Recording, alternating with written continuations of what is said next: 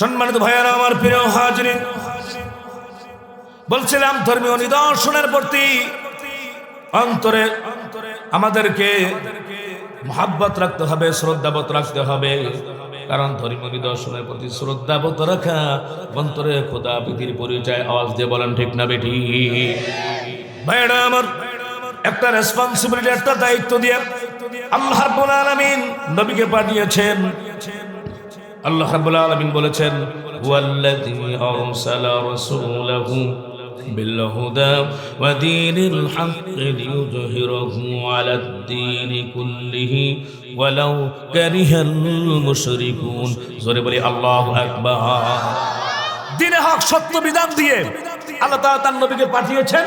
নবীর দায়িত্ব হচ্ছে, রেসপন্সিবিলিটি হচ্ছে পৃথিবীর সমস্ত তৈরি করা মতবাদকে পদদলিত করে, উপেক্ষা করে ইসলামকে গালিব করে দিবে, বিজয়ী করে দিবে। কাফেরদের যতই মাথা ব্যথা হোক, যতই অপছন্দ হোক, ঠিক কিনা জোরে বলে। এখন এই দায়িত্ব শেষ পর্যন্ত ওলামা হযরত যারা আছে তাদের উপরে এসছে। নবীজি বলেছেন, বাল্লিগু আন্নী ওয়ালাউ আয়া, পৌঁছে দিও আমার বাণী সবার কানে কানে, যা শিখেছো আমার থেকে সবাই যেন জানে। বলেন সুবহানাল্লাহ। সম্মানিত ভাইয়েরা আমার, হযরত আলী রাদিয়াল্লাহু তাআলা আনহু তিনি মানুষদেরকে দাওয়াত দিচ্ছেন, তাওহীদের পথে দাওয়াত দিচ্ছেন। রাস্তার অপর পাশে সাইবা, উতবা, ওয়ালিদ ইবনে মুগীরা তারা দাঁড়িয়ে দাঁড়িয়ে খেজুর খাচ্ছে, কুরমা খেজুর খাচ্ছে। সম্মানিত হাজিরিন, বিভিন্ন ভাবে এরকম ভাবে মজমায় দেখা যায়, বিভিন্ন ভাবে, হ্যাঁ, যদি কোনো অনুষ্ঠান হয় তো দেখা যায় যুবকরা দাঁড়িয়ে দাঁড়িয়ে কেউ ঝালমুড়ি খাচ্ছে, কেউ বা এরকম ভাবে বুট খাচ্ছে, চানাচুর খাচ্ছে, কেউ বা ফল ফ্রুট খাচ্ছে। আবার কিছু কিছু পোলাপান স্মোকও করে। কি বলেন ঠিক না বেঠিক? আমাদেরকে দেখে আবার এভাবে ফালায়া দেয়। আপনাদের এলাকায় মনে হয় নাই। যাই হোক, আমাদের ঢাকা শহরের কথা বলছি আর কি। তো সম্মানিত হাজিরিন, তো ওই সাইবা উতবা ওয়ালিদ ইবনে মুগীরা সেই সময় হয়তো কিছু বাচ্চা না খুরমা খেজুর খাচ্ছে। সরল মনা একজন ভিক্ষুক হাত পেতে বলল, আমাকে কিছু খাবার দাও বা দিনার দিরহাম দাও, তোমাদের জন্য দোয়া করব। তো রাস্তার অপর পাশে যখন আলীকে দেখলো যে আলী ব্যস্ত আছে দিনের কাজে, ভিক্ষুককে বলল যে যাও, ওই যে আলী দেখতেছো তার নাম হচ্ছে আলী, সে ধনাঢ্য ব্যক্তির রিসম্যান, তোমাকে দিনার দিরহাম দিয়ে দিবে অথবা খাবারের ব্যবস্থা করবে, তুমি তার কাছে যাও। আলী রাদিয়াল্লাহু তাআলা আনহু ওই সময় তার পকেট ছিল পরিপূর্ণভাবে ফাঁকা, দারিদ্রতার কোষাঘরে জর্জরিত অবস্থায় তারা ছিল। তারপরও তারা দিন থেকে মাহরুম হয় নাই। তারা এই জমিনের ভিতরে ইসলামকে এস্টাবলিশ করার জন্য তাদের সম্মানিত ভাইয়ের আমার প্রচেষ্টা অব্যাহত ছিল। আলী রাদিয়াল্লাহু তাআলা আনহুর কাছে সরল মানা ভিক্ষুক যে যখন ভিক্ষুক চাইল, হযরত আলী রাদিয়াল্লাহু তাআলা আনহু বুঝতে পারলেন ওরা যে পাঠিয়েছে আমার কাছে নিশ্চয়ই আমাকে অপমান করার জন্য, বিদ্রুপ করার জন্য। কিন্তু সম্মানিত ভাইয়েরা আমার, হযরত আলী রাদিয়াল্লাহু তাআলা আনহু হঠাৎ করে তার মাথার টনক নড়ে গেল। আলী বুঝতে পারলো ওরা তো আমার কাছে পাঠিয়েছে অপমান করার জন্যে, কিন্তু আমার মাওলা আমাকে অপমান করতে পারে, দয়ার নবীকে অপমান করবে না। আল্লাহ তাআলা বলেছেন, ওয়া রাফা'না লাকা যিকরাক। বলেন আল্লাহু আকবার।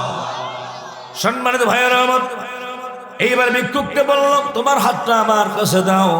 যখন ভিক্ষুকের হাত আলী রাদিয়াল্লাহু তাআলা যখন ধরলেন, কয়েক মর্তবা কি যেন পড়ে দিলেন। এইবার বললেন, যাও যাও, যারা নাকি তোমাকে আমার কাছে পাঠিয়েছে, যাও তাদের সামনে যাও, মুষ্টিবদ্ধ হাত তাদের সামনে খুলবা। মুষ্টিবদ্ধ হাত যখন তাদের সামনে খুললো, আমার মাওলা ওই হাতের ভিতরে 1000 মুদ্রা, 1000 স্বর্ণ মুদ্রা দামের একটা মুক্তা উপহার দিলেন। জোরে বলেন সুবহানাল্লাহ। আমরা কি জানতে চাই কি চাই না যে কোন আমলের মাধ্যমে? জানতে চাই ইনশাআল্লাহ। সম্মানিত ভাইয়েরা আমার, উপস্থিত সাইবা উতবা ওয়ালিদ ইবনে মুগীরা কৌতূহল বশত আলী রাদিয়াল্লাহু তাআলা সামনে জিজ্ঞেস করলো, আলী আমরা তো তোমার কাছে পাঠিয়েছিলাম অপমান করার জন্য, আলী বলবা নাকি তুমি 1000 স্বর্ণ মুদ্রা দামের মুক্তা কোথায় পাইলাম? হযরত আলী রাদিয়াল্লাহু তাআলা বললেন, এখনো সময় আছে, তোমরা কালেমা পড়ো, আর নবীকে রাসূল হিসাবে মানো, মুসলমান হয়ে যাও। তোমরা তো দয়ার নবীকে, মায়ার নবীকে তোমরা চিনলা না। যখন ভিক্ষুককে আমার কাছে পাঠাইছো, আমি কি দেবো? আমার কাছে কিছু নাই। দয়ার নবীরে কয়েক মর্তবা দুরূদ পড়ে ভিক্ষুকের হাতটাকে মুষ্টিবদ্ধ করে দিলাম।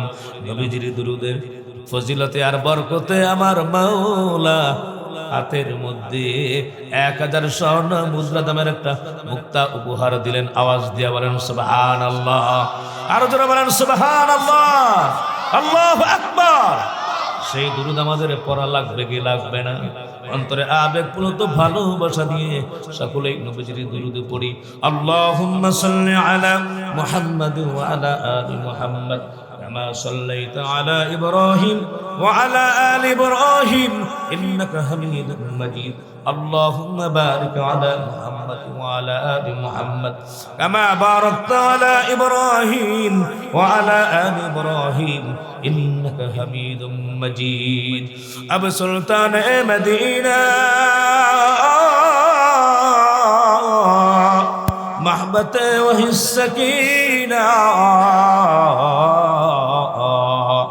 نور سے معمر سینہ مشک سے بہتر پسینہ بلغ العلا بکمالہ کشف الدجى بجمالہ حسنت جميع خصاله صلوا عليه وآله محبت الجگیر کری لا الہ الا اللہ لا الہ الا اللہ لا الہ الا اللہ لا الہ الا اللہ محمد رسول اللہ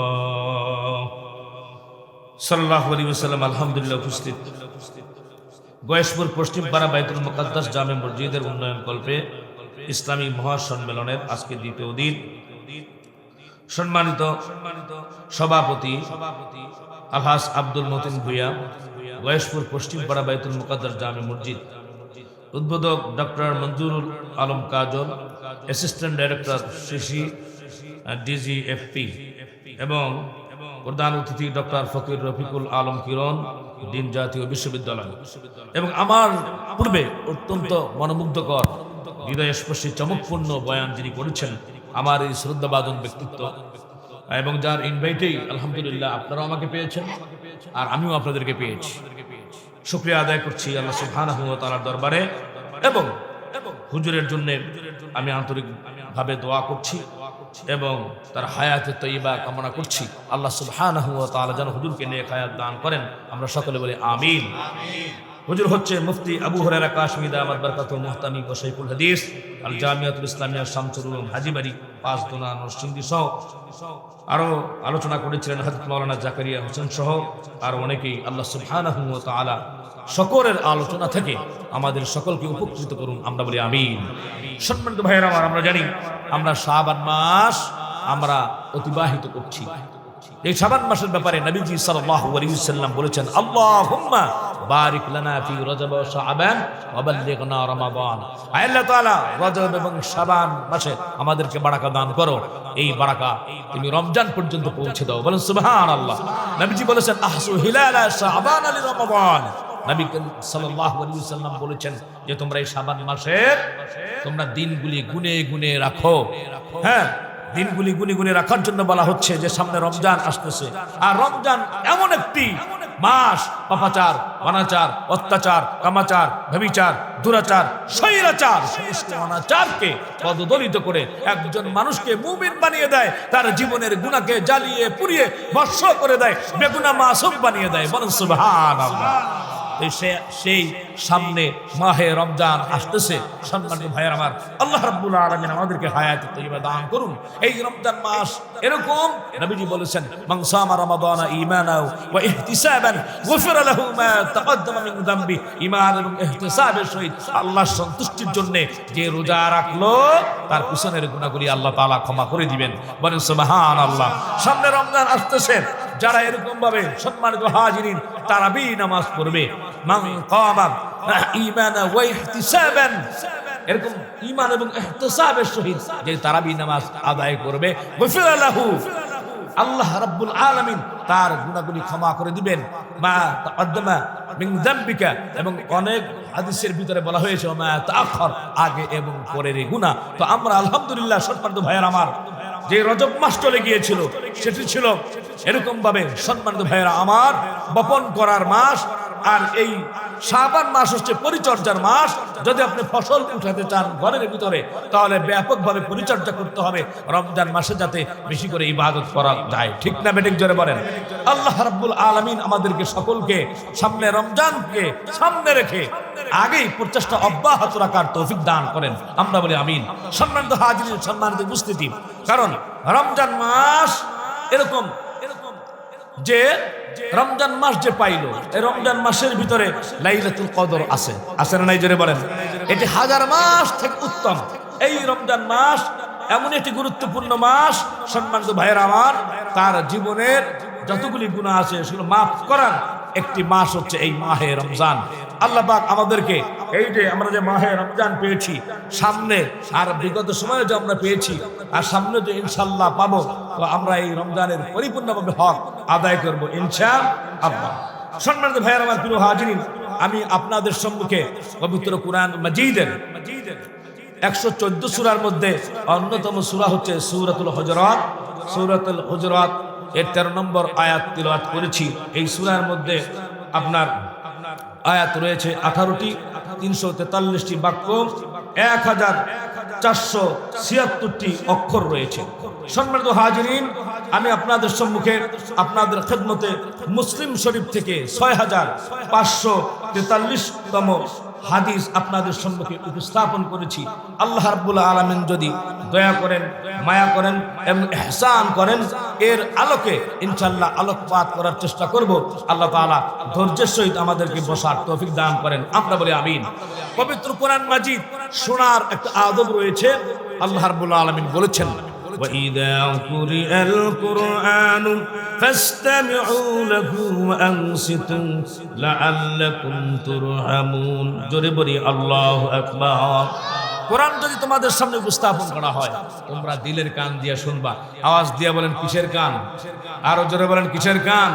দিলের কান দিয়ে আমাদেরকে শুনতে হবে। আল্লাহ রাব্বুল আলামিন রহমত বর্ষণ করবেন, বলেন সুবহানাল্লাহ। সম্মানিত ভাইয়েরা আমার, আমরা সকলের মনোযোগ আকর্ষণ করছি, বিশেষ করে আমি আপনাদের সকলের মনোযোগ আকর্ষণ করছি, দৃষ্টি আকর্ষণ করছি। এদিক ওদিক তাকাবেন না, ওঠা বসা করবেন না। আল্লাহ পাক ধৈর্যের সহিত আমাদেরকে বসার তৌফিক দান করুন ইনশাআল্লাহ। শেষ পর্যন্ত থাকবো তো ইনশাআল্লাহ? আমরা এই ওয়াদা করতে পারি আজকে? আল্লাহ আমাদেরকে কবুল করেন। সম্মানিত ভাইয়েরা আমার, চমকপূর্ণ একটি আয়োজন। আপনারা এই আয়োজন যারা এরকম ভাবে করলো, আর আপনারা যারা আজকে আসতে পারলেন, এটা তো এমনি এমনি হয় নাই, অনেক পরিশ্রমের বিষয়। কি বলেন ঠিক না? বক্তাকে ইনভাইট করা, প্যান্ডেল ঠিক করা, এরপরে মাইকিং করা, অনেক রকমের কষ্ট করে তারপরে এই আয়োজন। তো সম্মানিত ভাইয়ের আমার, আজকে যদি আমরা থাকি একটু সময়, নবীজি বলেছেন মাজলিসুল ইলমি খায়রুম মিন ইবাদাতি 60 সানাতান, 60 বছর ইবাদতের চেয়ে অনেক ভালো দ্বীনি ইলম শিক্ষা করার প্রদীপ যদি জ্বালো। বলেন সুবহানাল্লাহ। একটু যদি আমরা বসি, তাহলে আল্লাহ রাব্বুল আলামিন নফল ইবাদত করলে, 60 বছর নফল ইবাদত করলে এই সওয়াব হয়, আল্লাহ রাব্বুল আলামিন আমল নামায় সেই সওয়াব দিবেন। আমরা এই সওয়াব পেতে আমরা চাই কি চাই না? বলেন চাই কি চাই না? তাদারুসুল ইলমি সাআতাম মিনাল লাইলি খায়রুম মিন ইহইয়াহিহা। সম্মানিত ভাইয়েরা আমার, প্রিয় হাজিরিন, যদি একটু সময় বসি, সারা রাত নফল ইবাদতের থেকে উত্তম বদলা আল্লাহ রাব্বুল আলামিন দিবেন ইনশাআল্লাহ। তো আমরা এরকম ভাবে এই উত্তম বদলা যদি সকলেই পেতে চাই, ধৈর্যের সহিত আমাদেরকে বসতে হবে ইনশাআল্লাহ। আল্লাহ তাআলা আমাদেরকে তৌফিক দান করেন, আমরা বলি আমিন। সামনে আপনাদের সাথে একটু পরিচিত হয়ে ইনশাআল্লাহ আমি ভূমিকা বেশি না নিয়েই সামনে চলে যাব। সম্মানিত ভাইয়েরা আমার, আমরা এখানে এসেছি সওয়াব কামাতে না গুনাহ? আওয়াজ দিয়ে বলেন, কি কামাতে এসেছি?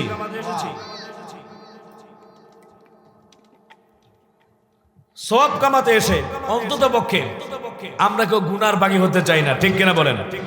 সালাম দেওয়া সুন্নাত না ওয়াজিব? আওয়াজ দিয়ে বলেন কি? সুন্নাত। আলহামদুলিল্লাহ আমরা আলেমদের কাছ থেকে শিখেছি। আল্লাহ তাআলা বলছেন ফাসআলু আলা যিকরি ইন কুনতুম লা তা'লামুন, যদি তোমরা যে বিষয়টি না জানো তাহলে তোমরা আলেমদের থেকে জেনে নিবে। সম্মানিত ভাইয়েরা আমার, আলেমদের থেকে অবশ্যই আমরা যে জিনিসটা জানবো না সেটা আমরা জেনে নিব।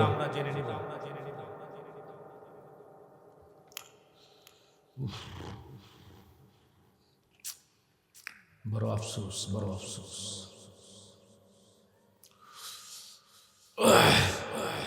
একটু দয়া করে ভাই, আপনাদের পাও ধরতে হবে নাকি আমার?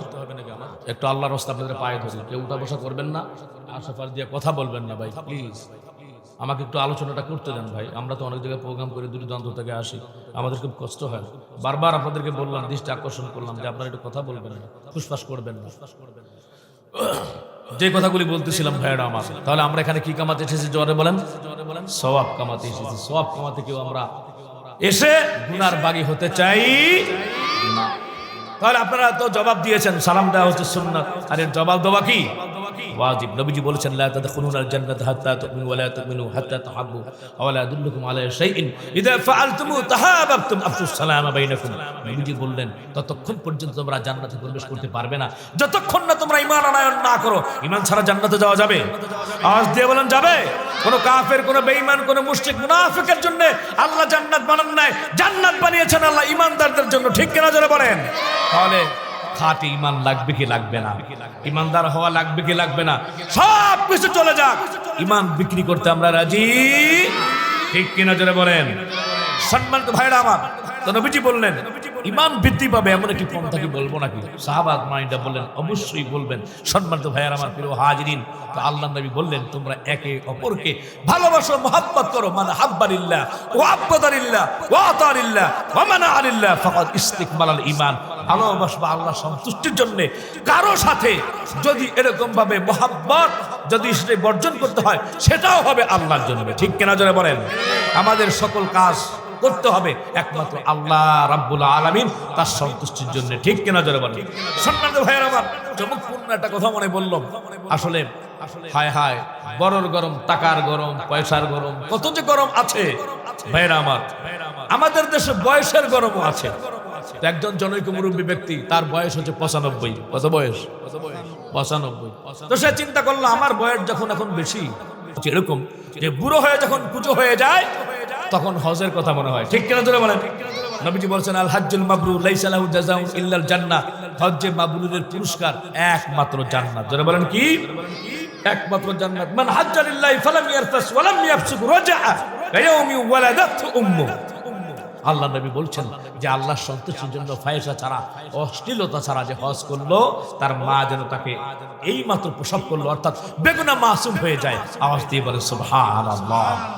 তো এই লোকটি মুরব্বী মানুষ, সে চিন্তা করলো আমার এখন হজে যাওয়ার দরকার। 95 বছর বয়স, বয়সের গরম। আগে কিন্তু মানুষদেরকে দেখতাম তারা 150 বছর, 120, 30 এরকম মানুষ হায়াত পেত। কি বলেন ঠিক না? এখন কিন্তু তেমনটা বাঁচে না, খুব কম, 70, 60 এটা এরকমই এখন মানুষ বেঁচে বাঁচে। তো যাই হোক, আগের খাবার দাবার ভালো ছিল, মানুষের লেনদেন ভালো ছিল, মানুষের কথাবার্তা ভালো ছিল, পরস্পর প্রতি মুআমালাত, মুআশারাত, সহানুভূতি এগুলো ভালো ছিল। ঠিক কিনা বলেন? তাদের উদারতা, মহানুভবতা, ভালোবাসা এগুলো ছিল। এখন তো কমে গিয়েছে ভাই।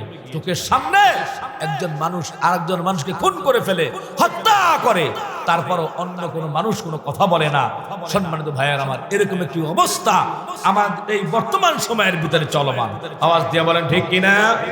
সম্মানিত হাজিরিন, তো যাই হোক, ওই ব্যক্তি সে বাঙালি ছিল, 95 বছর বয়স, সে গেল হজে।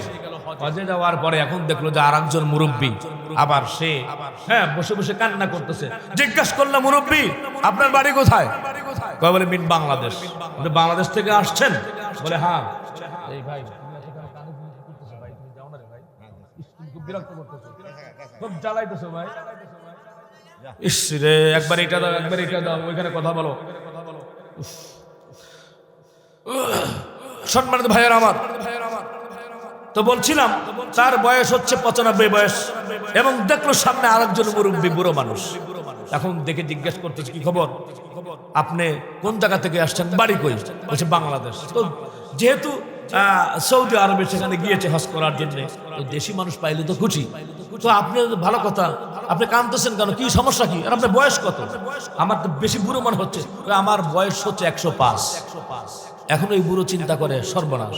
আমি মনে করলাম আমার বয়স 95, আমার বয়স বেশি, এর বয়স 105। তো কাঁদতেছেন কি হয়েছে?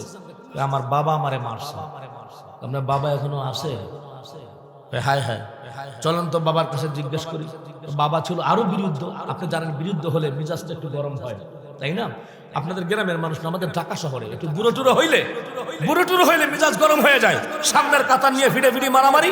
আর ইমাম সাহেব কোন সময় আইলো না না আইলো, মুয়াজ্জিন সাহেব আজান দিল না না দিল, এইসব খবর সব তার কাছে। এবং যত রাগ তাদের উপরে এই ঝালগুলি ছাড়ে। এখানে কথা বলতেছি না, আমাদের ঢাকার কথা।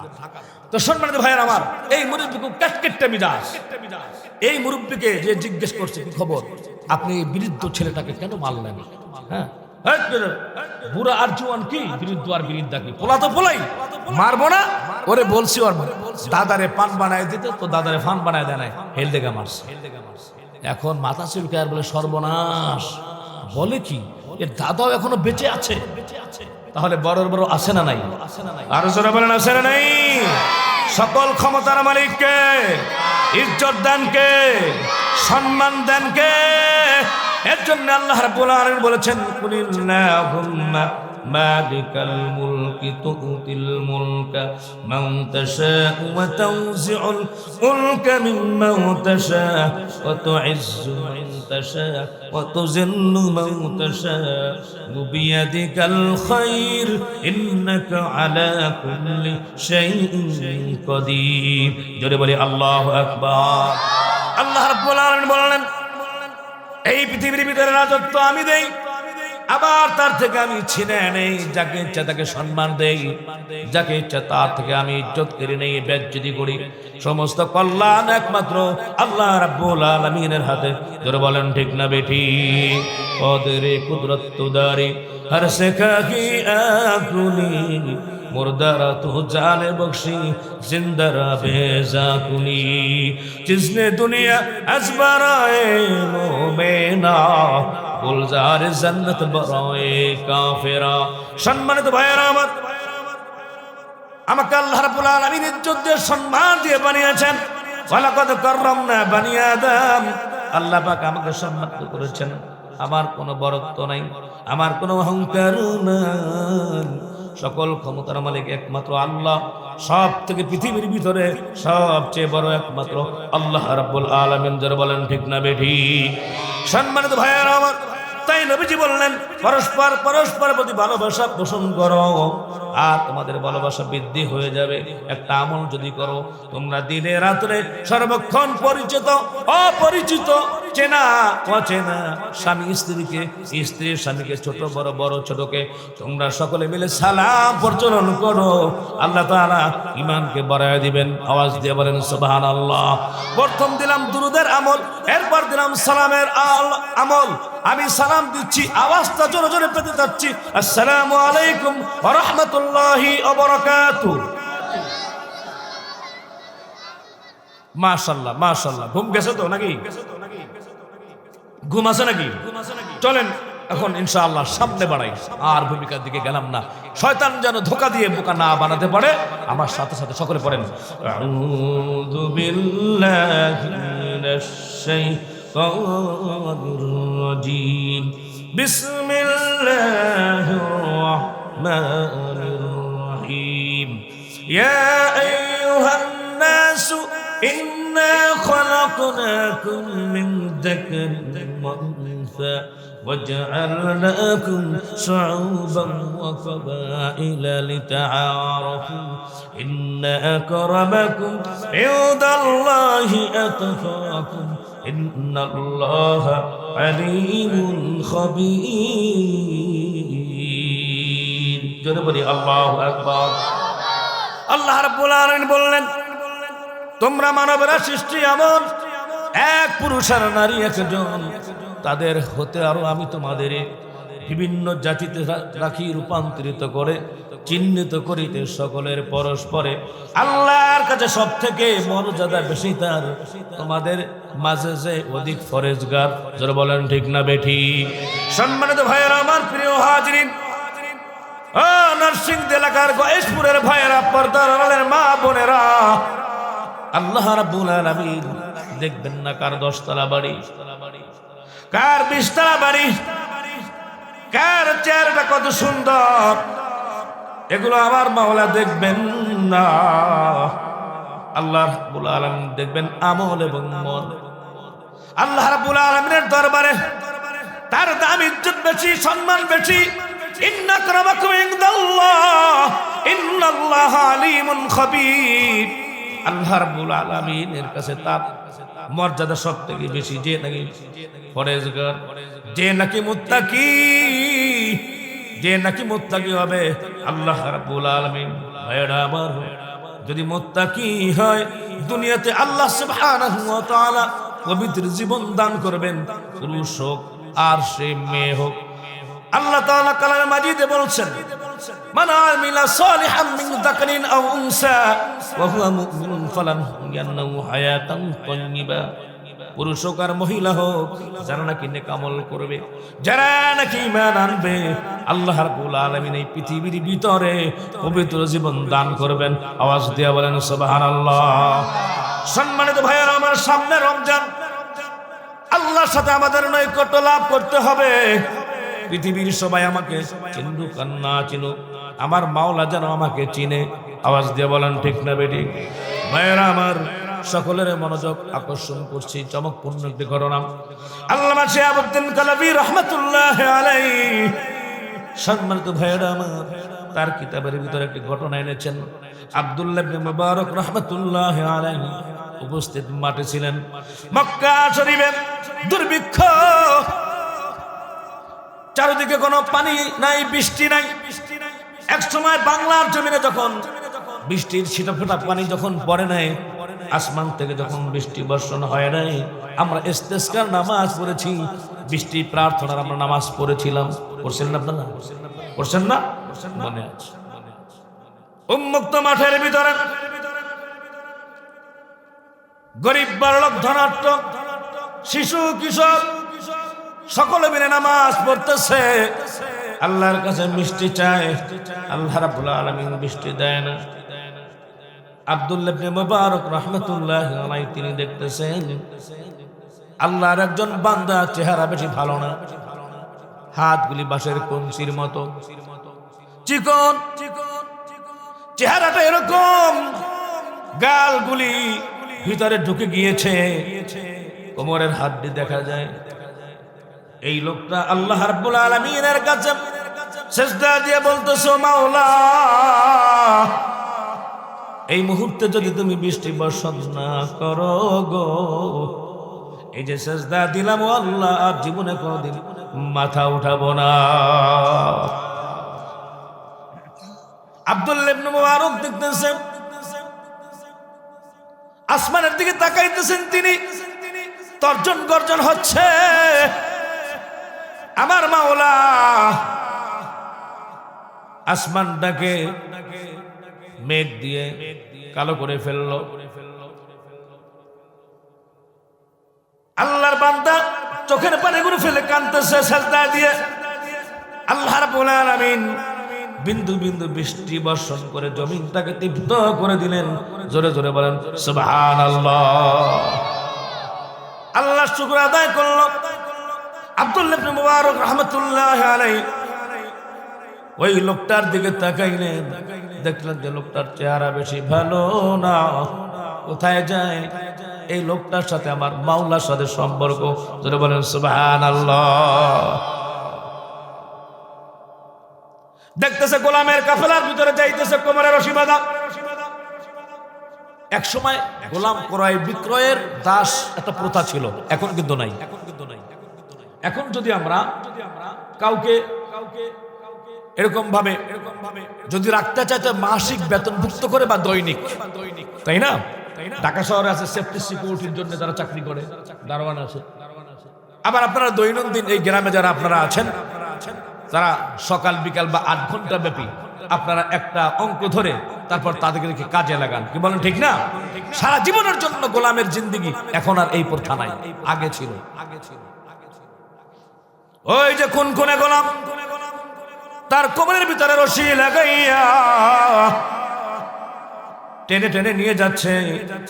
আব্দুল্লাহ ইবনে মুবারক দেখলেন গোলামের কাফেলায় যায়। পরদিন সকালবেলা এই গোলাম বিক্রেতার সামনে যেয়ে বলল, ভাই আমার একজন গোলাম চাই। আব্দুল্লাহ ইবনে মুবারক প্রসিদ্ধ ব্যক্তি ছিল। তাকে বলল, হুজুর একটু দাঁড়ান, এই যে পারস্যের গোলাম, যদি আপনি একে ক্রয় করেন 7-8 জনের খেদমত নিতে পারবেন।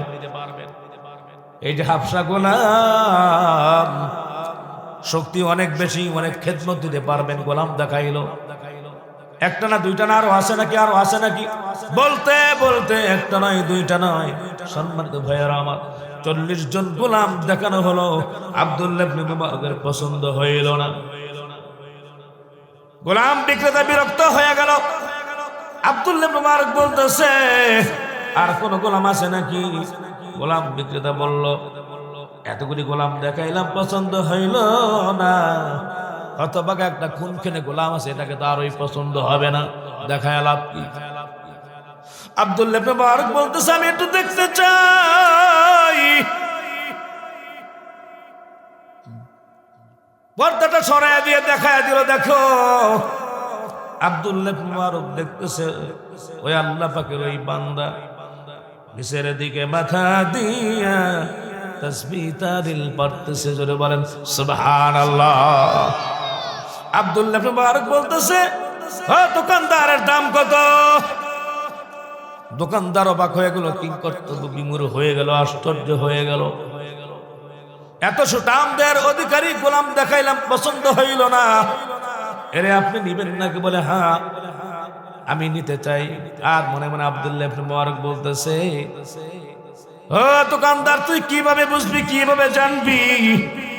তোর দোকানে তুই কি সম্পদ রাখছ? এমন সম্পদ, এই লোকটা কোনো সাধারণ মানুষ না, এই লোকটার সাথে আমার মাওলার সাথে সম্পর্ক। যারা বলেন সুবহানাল্লাহ। বলতেছে দাম কত? বলে, আপনি নিবেন নাকি? এখানে ব্যবসায়ী ভাইয়েরা আছে, আপনারা বলতে পারবেন যেই পণ্যটা বেশি চলে না, এটা তাড়াতাড়ি কম দাম হলেও সেল দিয়ে দেয়, কি বলেন ঠিক না? বলতেছে, আপনি যদি নিতে চান, আমি 10 দিনারে ক্রয় করেছি, আপনি যদি নেন লসে দিয়ে দেব 3 দিনার কম। আব্দুল্লাহ ইবনে মুবারক বলতেছে, কিভাবে বুঝবি তার কত দাম? আমি 7 দিনার না, তুই তো 7 দিনার চাইছ, 20 দিনার বাড়ায় দিয়া 27 দিনার আমি ক্রয় করলাম। বলেন সুবহানাল্লাহ। সম্মানিত ভাইয়েরা আমার, মসজিদের ইমামের কি দাম, আলেম ওলামাদের কি দাম? আপনি ইজ্জত সম্মান না দিলে কি হবে? আমার মাওলা দিয়েছেন, ইরফাইল্লাহুল্লাযীনা আমানু মিনকুম ওয়াল্লাযীনা উতুল ইলমা দারাজাত। ঈমান যারা আনছে, যাদেরকে ইলমের যে সম্পদ যে দিয়েছে, আল্লাহ তাআলা তাদের মর্যাদা, ইজ্জত সম্মান বাড়িয়ে দিয়েছেন। বলে সুবহানাল্লাহ। সম্মানিত ভাইয়েরা আমার, হতে পারে সাধারণ কোরআন পড়ায়, সাধারণ এরকম হতে পারে 1 লোক কোরআন পড়ায়, কিন্তু তার দাম, ইজ্জত সম্মান কত বেশি। নবীজি বলেছেন, খায়রুকুম মান তাআল্লামাল কুরআনা ওয়া আল্লামাহু। তোমাদের মাঝে তারা সর্বোত্তম জন যারা করে কোরআনের পঠন পাঠন। বলেন সুবহানাল্লাহ। সমাজে দাম দেয় না, ইজ্জত দেয় না। হ্যাঁ, আমরা গণিত পড়াই, অঙ্ক পড়াই, ইংরেজি পড়াই, পড়ান সমস্যা নাই, কিন্তু তাকে মাসে 2000-3000 টাকা করে, আবার বিভিন্ন রকমের নাস্তা, ভালো ব্যবহার। স্যারে বলতেছে কালকে আসতে পারবো না, অসুবিধা নাই স্যার। আর হুজুর যদি 2-1 দিন না পড়ায়, তোর মিয়া কি শুরু করছেন, এরকম ব্যবহার করে। তাও আবার বেতন 100, 200, 500, তাও আবার 3-4 মাস বাকি। ঠিক কিনা জোরে বলেন? এত অবহেলা। আব্দুল্লাহ ইবনে মুবারক বলতেছে, তুমি তার দাম, সম্মান, ইজ্জত বুঝবা কি? এই লোকটার সাথে তো আল্লাহর সাথে সম্পর্ক। 27 দিনার দিয়া ক্রয় করা নিয়ে গেল। বলছিলাম খেয়াল করবেন তাফসীরের সাথে সামঞ্জস্য, ইন্না কারামাকুম ইনদাল্লাহি আতকাকুম। আর হাদিস নিয়েছিলাম নবীজি বলেছেন ইন্নাল্লাহা লা ইয়ানজুরু ইলা সুওয়ারিকুম ওয়া আমওয়ালিকুম ওয়ালাকিন ইয়ানজুরু ইলা কুলুবিকুম ওয়া আমালিকুম। আল্লাহ তাআলা দেখেন শুধু আমল এবং মন, কিন্তু তিনি দেখেন না তো কার্যে কত ধন। রমজান আসতেছে, সামনে লাইলাতুল বারাত আসতেছে, হ্যাঁ লাইলাতুন নিসফি মিন শাবান। নবীজি বলেছেন ফাকুমু লাইলাহা ওয়া সুমু নাহারাহা আইয়ামাহা। আগের দিন ইবাদত করো, পরের দিন রোজা রাখো। বাজেট অনুমোদনের রাত আসতেছে সামনে, বেশি করে ইবাদতে আত্মনিয়োগ করবেন ইনশাআল্লাহ। বেজার হইতেছেন? সময় দেওয়া যাবে একটু? সম্মানিত ভাইয়া আমার, প্রিয় হাজিরিন, আব্দুল্লাহ ইবনে মুবারক গোলামটাকে নিয়ে যায়। গোলাম বলতেছে আপনি আমাকে কেন ক্রয় করলেন? আমি তো নিজেই দুর্বল, আমি তো নিজেই অসহায়, নিজেই নিজের বোঝা, আমি আপনার খেদমত কেমনে করব? আব্দুল্লাহ ইবনে মুবারক বলতেছে আপনি আমার কি খেদমত করবেন? আজ থেকে আমি আপনার গোলাম হয়ে গেলাম। বলেন সুবহানাল্লাহ, আওয়াজ দিয়া বলেন সুবহানাল্লাহ, নারে তাকবীর। ভাইরা আমার, যে চিনে সে দাম দিতে পারে, সম্মান দিতে পারে। লোকটা অবাক হয়ে গেছে, আপনি আমার মালিক, আপনি আমাকে কিনলেন, আপনি আমার গোলাম, তার মানে কি? আব্দুল্লাহ ইবনে মুবারক বলতেছে আমি দেখেছি ওই দিন আপনি সাজদা দিয়ে চোখের পানি ছাইরা মাওলার কাছে বলছেন, মাওলা আপনার দোয়া কবুল করছে। আমি বুঝতে পেরেছি আপনার সাথে আমার মাওলার সাথে সম্পর্ক আছে। বলেন সুবহানাল্লাহ। আল্লাহর ওলি যারা আছে আল্লাহর সাথে সম্পর্ক আছে, এই কথা জানলে তারা আরো বেজার হয়ে যাইতো। কারণ লোকজন যদি জানে বিরক্ত করবে, ওরা পানি দেন, দোয়া করেন, এইটা করেন, তারা আল্লাহ পাকের ইবাদতে ঠিক মতো করতে পারবে না, ব্যাঘাত ঘটবে।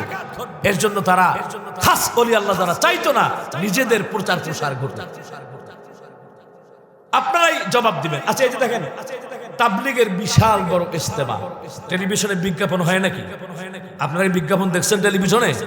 আওয়াজ দিয়ে বলেন। তারপর লক্ষ লক্ষ মানুষ, চর্ম নাই, লক্ষ লক্ষ মানুষ, কোটির কাছাকাছি টেলিভিশনে বিজ্ঞাপন দেওয়া হয় মনে হয়, কি গণ আয় হায়।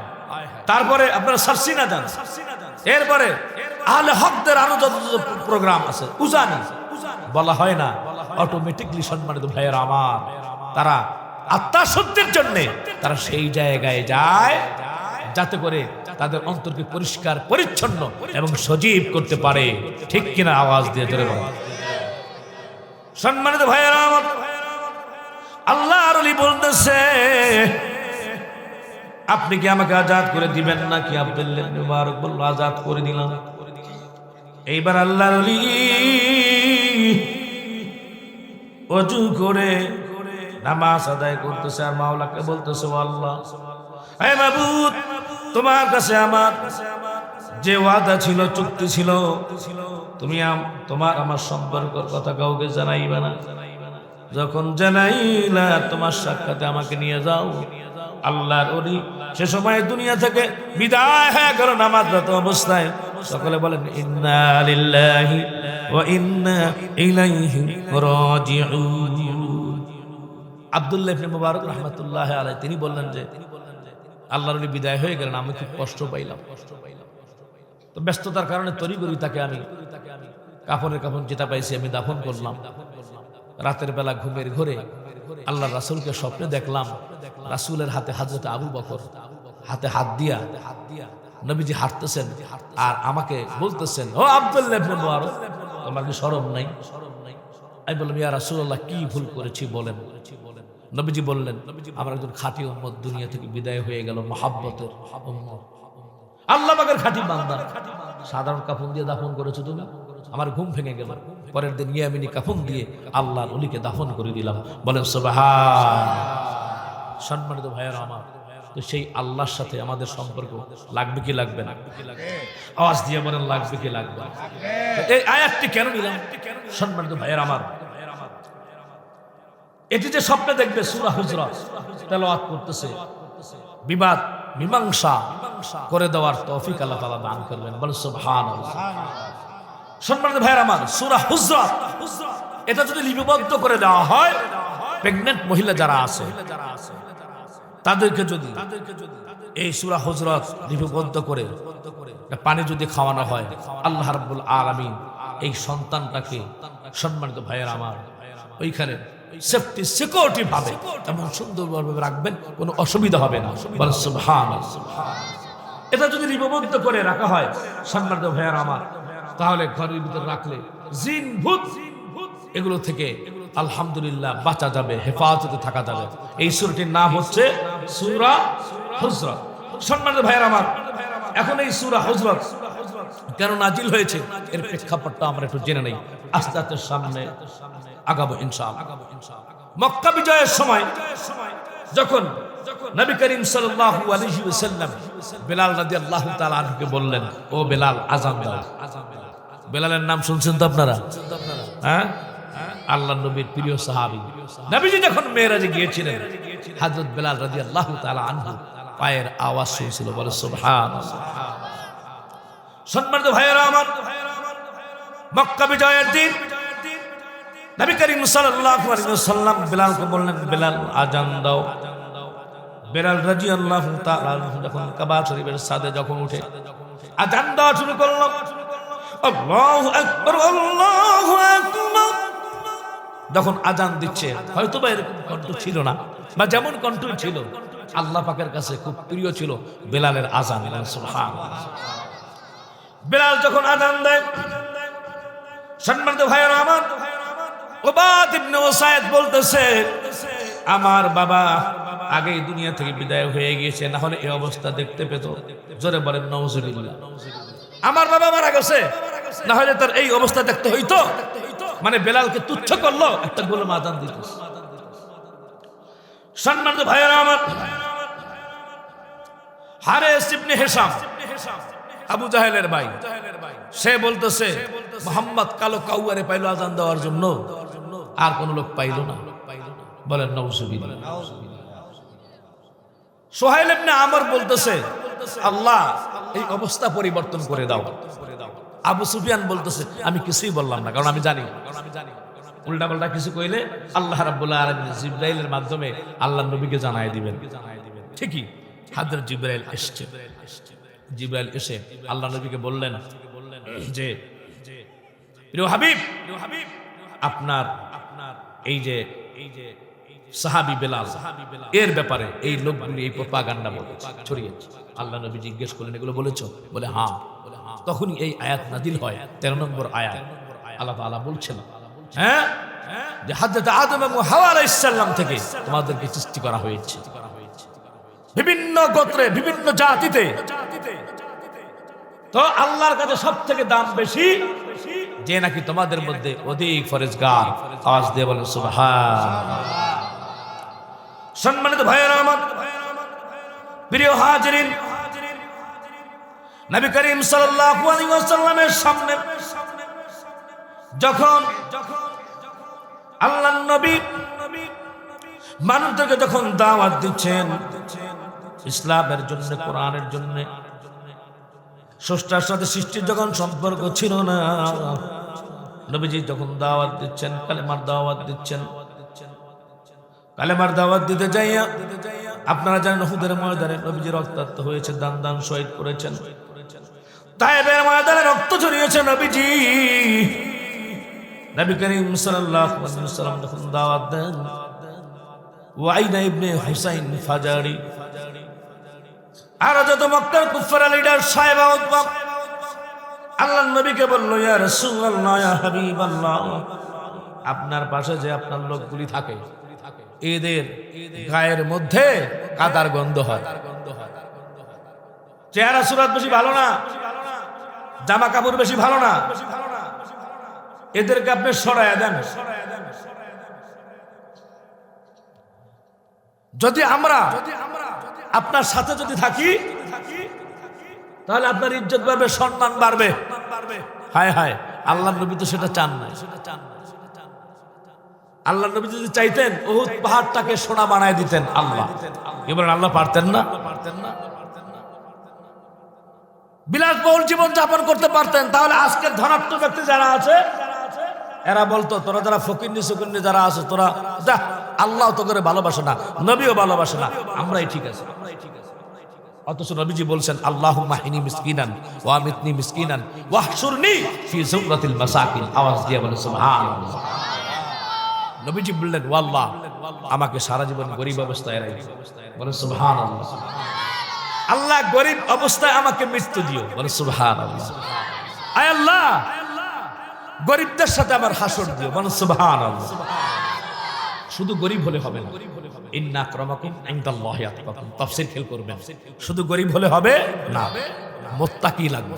একজন গরিব মানুষ, সে মোবাইল চুরি করছে, ভালোবাসবেন আপনার তারে?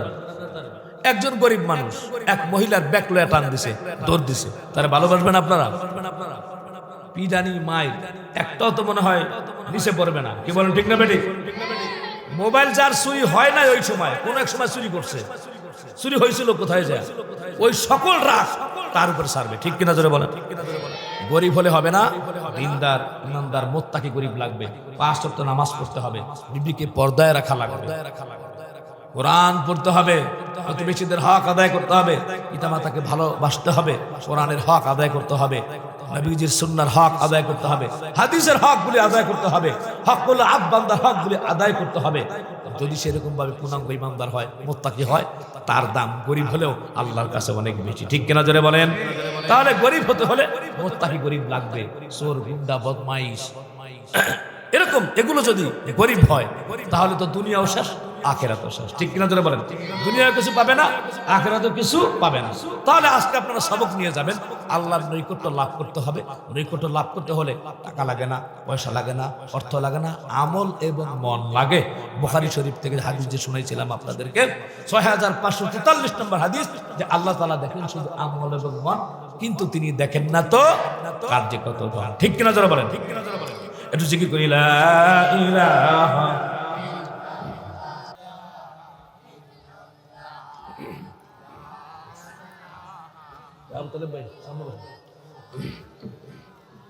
লা ইলাহা ইল্লাল্লাহ মুহাম্মাদুর রাসূলুল্লাহ।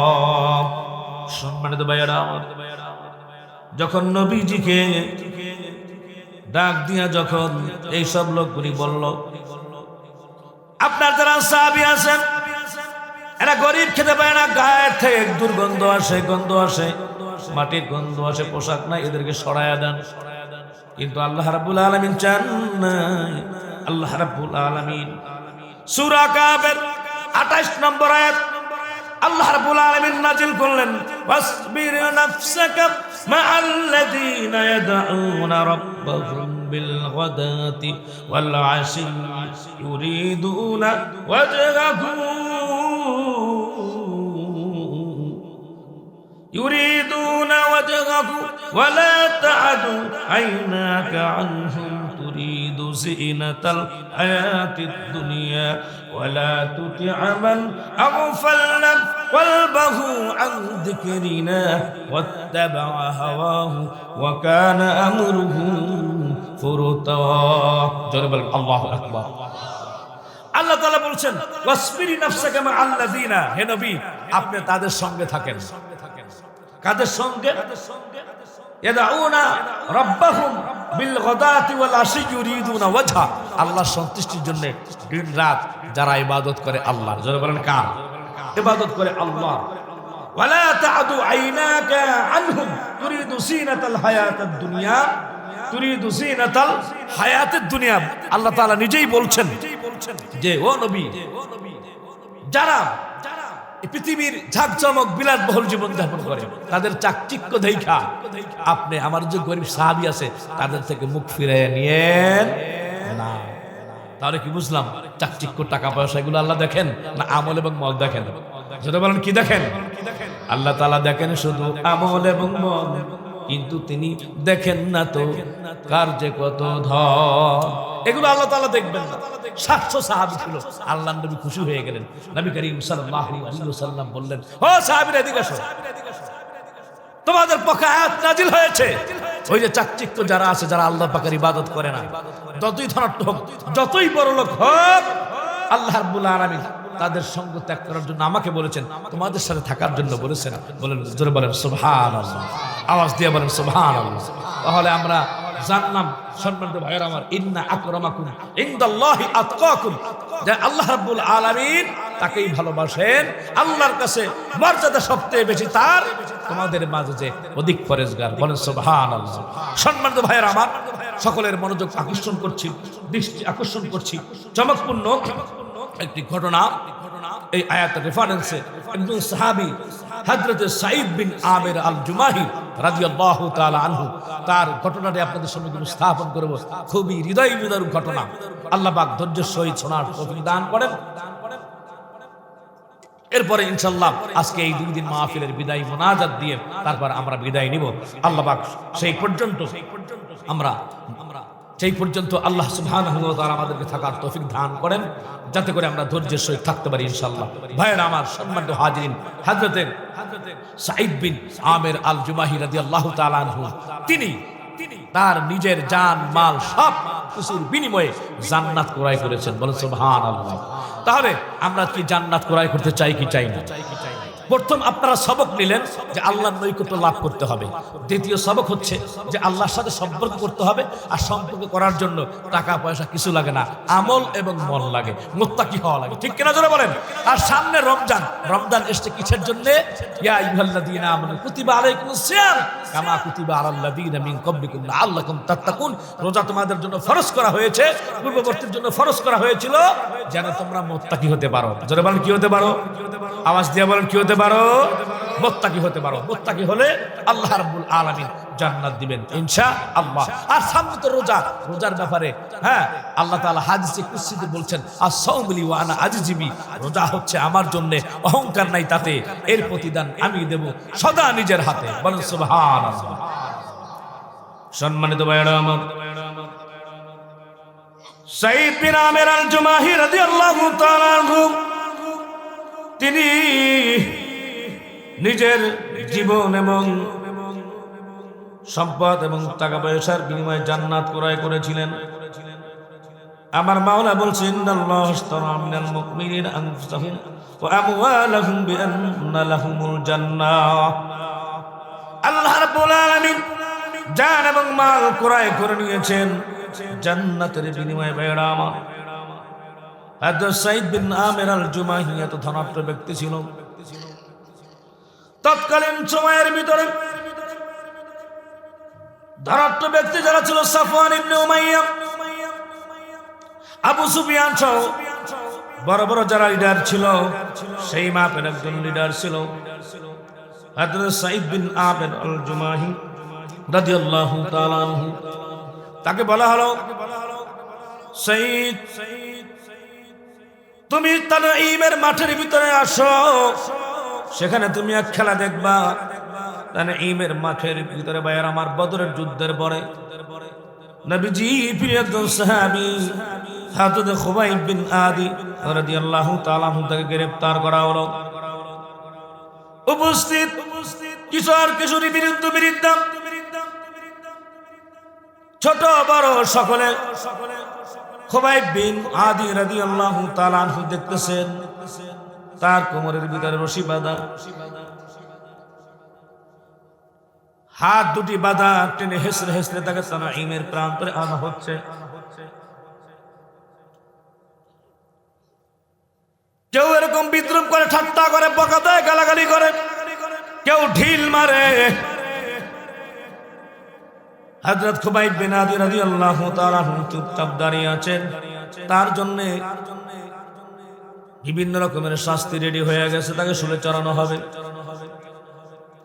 খুবাইব বিন আদি রাদিয়াল্লাহু তাআলা আনহু দাঁড়িয়ে আছে, কারো কাছে কিছু বলে না, শাহাদাতের তামান্না নিয়ে। ভাইয়েরা আমার, শাহাদাতের মৃত্যু যদি হয়, বিনা হিসাবে জান্নাত পাওয়া যাবে। আওয়াজ দিয়ে বলেন সুবহানাল্লাহ। নবীজি যুদ্ধের জন্য রেডি। প্রতিদিন বেলাল আযান দেয়, হাইয়া আলাস সালাহ, হাইয়া আলাস সালাহ। আজকে বেলাল বলছে হাইয়া আলাল জিহাদ, কে জিহাদে যাবা? জিহাদের কথা শুনে একটা মা ছোট্ট একটা বাচ্চাকে নিয়ে আসছে, কোলের শিশু। ইয়া রাসূলুল্লাহ, আমার সন্তানটাকে আমি যুদ্ধের ময়দানে দিতে চাই। নবীজি বললেন, কিভাবে এই বাচ্চা যুদ্ধ করবে সে তো কিছুই বোঝে না। ওই মা বলতেছে, ইয়া হাবিবাল্লাহ, ইয়া রাসূলুল্লাহ, দয়ার নবী, আমার কোনো বড় ছেলে নাই, আমার কোনো সন্তান নাই যে আমি যুদ্ধের ময়দানে দিব। দিন কায়েমের জন্য নিজের জীবনটাকে উৎসর্গ করবে, আর আমি শহীদের মা হব, সেই ভাগ্য তো আমার নাই। ছোট্ট একটা সন্তান আছে, আমি জানি।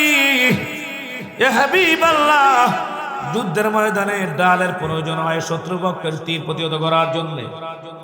ইয়া রাসূলুল্লাহ, ইয়া হাবিবাল্লাহ, শত্রুপক্ষের তীর যদি আসে, ডাল যদি না থাকে, আমার সন্তানটাকে ধরবেন। কিছু তীর খেয়েছে, হজম করে শাহাদাতের সুতা যদি পান করে, কিয়ামতের ময়দানে মাওলার সামনে দাঁড়াবো আর বলবো, আল্লাহ, আমি শহীদের মা, বিনা হিসাবে জান্নাত চাই। আওয়াজ দিয়া বলেন সুবহানাল্লাহ। সম্মানিত ভাইয়েরা আমার, ঠিক সাহাবীদের এরকম ভাবে তাদের জীবন, জান, মাল সবকিছু আল্লাহর জন্য বরাদ্দ ছিল। তারা শাহাদাতের মৃত্যু কামনা করেছিল। তেমন একজন হচ্ছেন খুবাইব বিন আদি রাদিয়াল্লাহু তাআলা। তাকে টেনে টেনে নেওয়া হচ্ছে তানিমের মাঠে। উপস্থিত সকলে বলতেছে, তাকে তাড়াতাড়ি হত্যা করো। নির্বাক দৃষ্টি দেশে দাঁড়িয়ে রয়েছে। খুবাইব বিন আদি রাদিয়াল্লাহু তাআলা আমাকে বলা হলো, একটু পরেই তোমাকে শুলে চড়ানো হবে, শেষবারের মতো তোমার কোনো ইচ্ছা আছে নাকি বলো। খুবাইব বিন আদি বলতেছে, তোমাদের কাছে কিছু চাই না, তবু একটা মাত্র আবদার করতে পারি, তোমাদের সামনে দিবা নাকি শেষবারের মতো আমাকে 2 রাকাত নামাজ পড়তে? চিৎকার মেরে বলেন সুবহানাল্লাহ। 2 রাকাত নামাজ। কয় রাকাত? জানলাম না যে ভাই আমাদের পর্দার দাম কিরকম, ইজ্জত কিরকম, সম্মান কিরকম। খেলায় খেলায় সময় নষ্ট করতেছি, নামাজ পড়ি না। নামাজের ব্যাপারে বলা হয়েছে কালামে মাজিদে, ইন্নাস সালাতা তানহা আনিল ফাহশাই ওয়াল মুনকার। অশ্লীল ব্যভিচার, খারাপ কাজ থেকে নামাজ রক্ষা করে। বলে সুবহানাল্লাহ। সাহাবীদের টাকা ছিল না, পয়সা ছিল না, দরিদ্রের কষাকত জীবন জর্জরিত, খাবার ছিল না, তারা নামাজ ত্যাগ করে। আপনাদের মসজিদকে কেন্দ্র করেই তো আজকের মাহফিল নাকি? ঘটনা খালি আজকে মনে পড়তেছে, কষ্ট হইতেছে আপনাদের। একটু সময় দেওয়া যাবে ইনশাআল্লাহ। এই কথা মনে রাখবেন, খুবাইব বিন আদি রাদিয়াল্লাহু তাআলা নামাজের জন্য তিনি কাফের বেঈমানদের সামনে তিনি দরখাস্ত পেশ করলেন। এটা মনে রাখবেন ইনশাআল্লাহ। আমি জিজ্ঞেস করব, ভাইরা আমার, নবীজির একজন সাহাবী ছিল আব্দুল্লাহ আনসারী রাদিয়াল্লাহু তাআলা আনহু। তার নামে নবীজির কাছে অবজেকশন আসলো, ইয়া রাসূলুল্লাহ, হাবিবাল্লাহ, ফজরের পরে আব্দুল্লাহ আনসারী আমাদের গা ঘষে এরকম ভাবে দৌড় দেয়, সালাম ফিরানোর পরে আমাদের বড় অসুবিধা হয়, আমরা কিছু বলবো নাকি? নবীজি বললেন, না, তোমরা বলবা না, আমি আমার সাহাবীকে আমি বুঝায়া বলবো। পরের দিন আবার ফজরের নামাজ পড়ে দৌড়, আল্লাহ নবী তাসবিহ তাহলিল পড়ে ইশরাক পড়ে আব্দুল্লাহ আনসারী রাদিয়াল্লাহু তাআলা আনহু ঘরের সামনে গেলেন, সালাম দিলেন। মানুষের ঘরের সামনে যখন যাবেন আপনি তখন সালাম দিবেন, নবীজির সুন্নাত। সালাম দিলেন, 3 বার সালাম দিলেন, কোনো জবাব যখন আসলো না, নবী করিম সাল্লাল্লাহু আলাইহি ওয়াসাল্লাম প্রত্যাবর্তন করলেন। হঠাৎ করে হযরত আব্দুল্লাহ আনসারী রাদিয়াল্লাহু তাআলা নবীজির পায়ের কদম মোবারকে পড়ে গেলেন, পায়ে পড়ে গেলেন, বললেন, দয়ার নবী,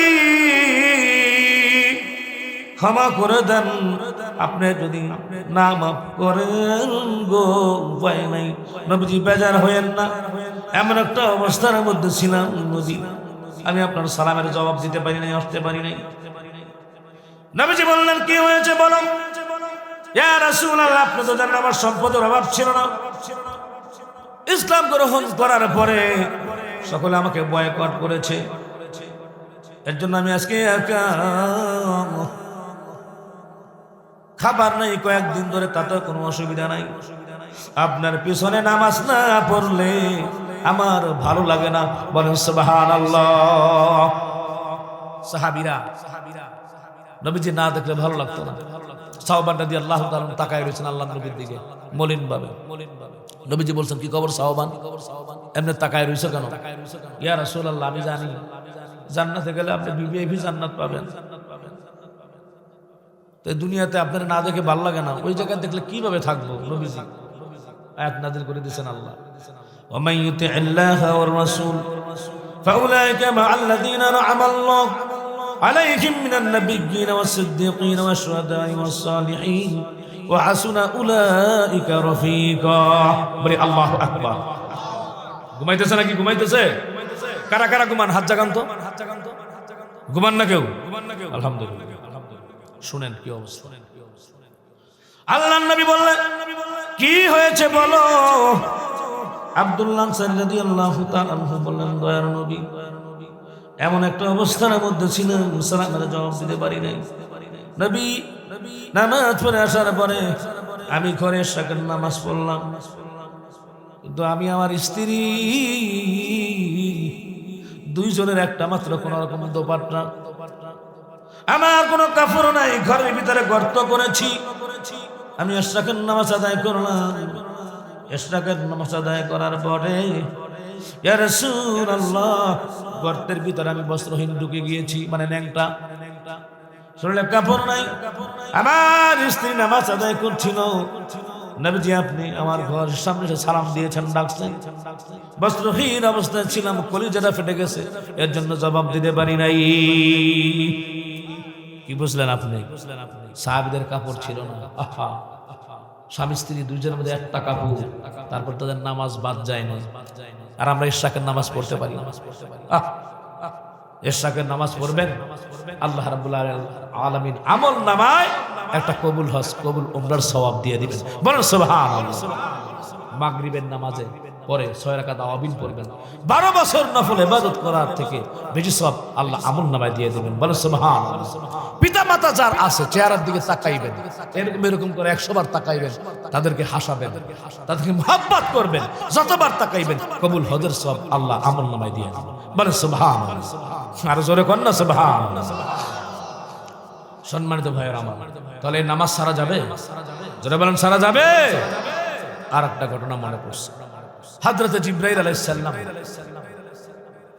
আল্লাহকে বলতেছে, ও আল্লাহ, তুমি যে পৃথিবীর ভিতরে এত সুন্দর করে ফেরেশতা বানাইছো, আমার থেকে কি আরো সুন্দর বানাইছো নাকি? আল্লাহ তাআলা বললেন, না জিবরাইল, তোমাকে সবথেকে উত্তম করে বানিয়েছি। এর জন্য আফজল ফেরেশতা হযরতে ফেরেশতাদের মধ্যে যিনি আছেন হযরতে জিবরাইল, নাযালা বিহির রূহুল আমিন, তাকে বলা হয়। জিবরাইল আলাইহিস সালাম বলল, ও আল্লাহ, আমার মতো সুন্দর করে বানাইছো কিনা?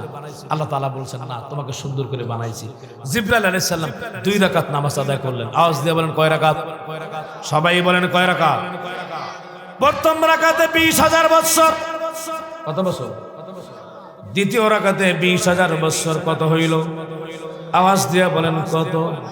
40,000 বছর লাগাইয়া 2 রাকাত নামাজ আদায় করলো। একটা জবান চুপ থাকবে না। জোরে জোরে বলেন মারহাবা। 40,000 বছর লাগাইয়া 2 রাকাত নামাজ পড়ছে। চিন্তা করছেন আপনি? আর আমাদের ইমাম সাহেবরা যদি একটু দেরি করে, পিছন দিয়ে কাটাকাটি শুরু হয়ে যায়। ঠিক কেন জোরে বলেন? নামাজ ভঙ্গের কারণ 19টা, তার মধ্যে একটা হচ্ছে বিনা ওজরে কাশি দেওয়া। নামাজ শেষ, আপনি ইমাম সাহেবের পিছন দিয়ে সাইলেন্ট দিবেন, আপনার নামাজও গেছে গা। মনে থাকবে? হ্যাঁ। সম্মানিত ভাইয়েরা আমার, প্রিয় হাজিরিন, হযরত জিবরাইল 40,000 বছর লাগাইয়া 2 রাকাত নামাজ আদায় করলেন। নামাজ আদায়ের পরে আল্লাহ রাব্বুল আলামিনের দিকে একটু তাকাইলেন। আল্লাহ রাব্বুল আলামিন বললেন, জিবরাইল, তোমাকে তো নামাজ পড়তে বলি নাই, তারপরে বলেছো, তারপরে তুমি পড়েছো। ও জিব্রাইল, নামাজ তোমাকে পড়তে বলি নাই, তারপরে তুমি পড়েছো। 40,000 বছর লাগায় রে জিব্রাইল 2 রাকাত নামাজ পড়েছো।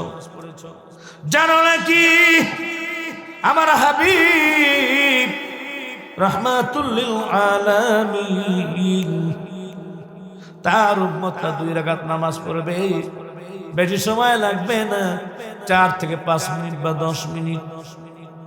ও জিব্রাইল, তোমার 40,000 বছরের দীর্ঘ মেয়াদি 2 রাকাত নামাজের থেকে আখিরি জামানার নবীর উম্মতের 2 রাকাত নামাজ আমার কাছে বড় বেশি প্রিয়।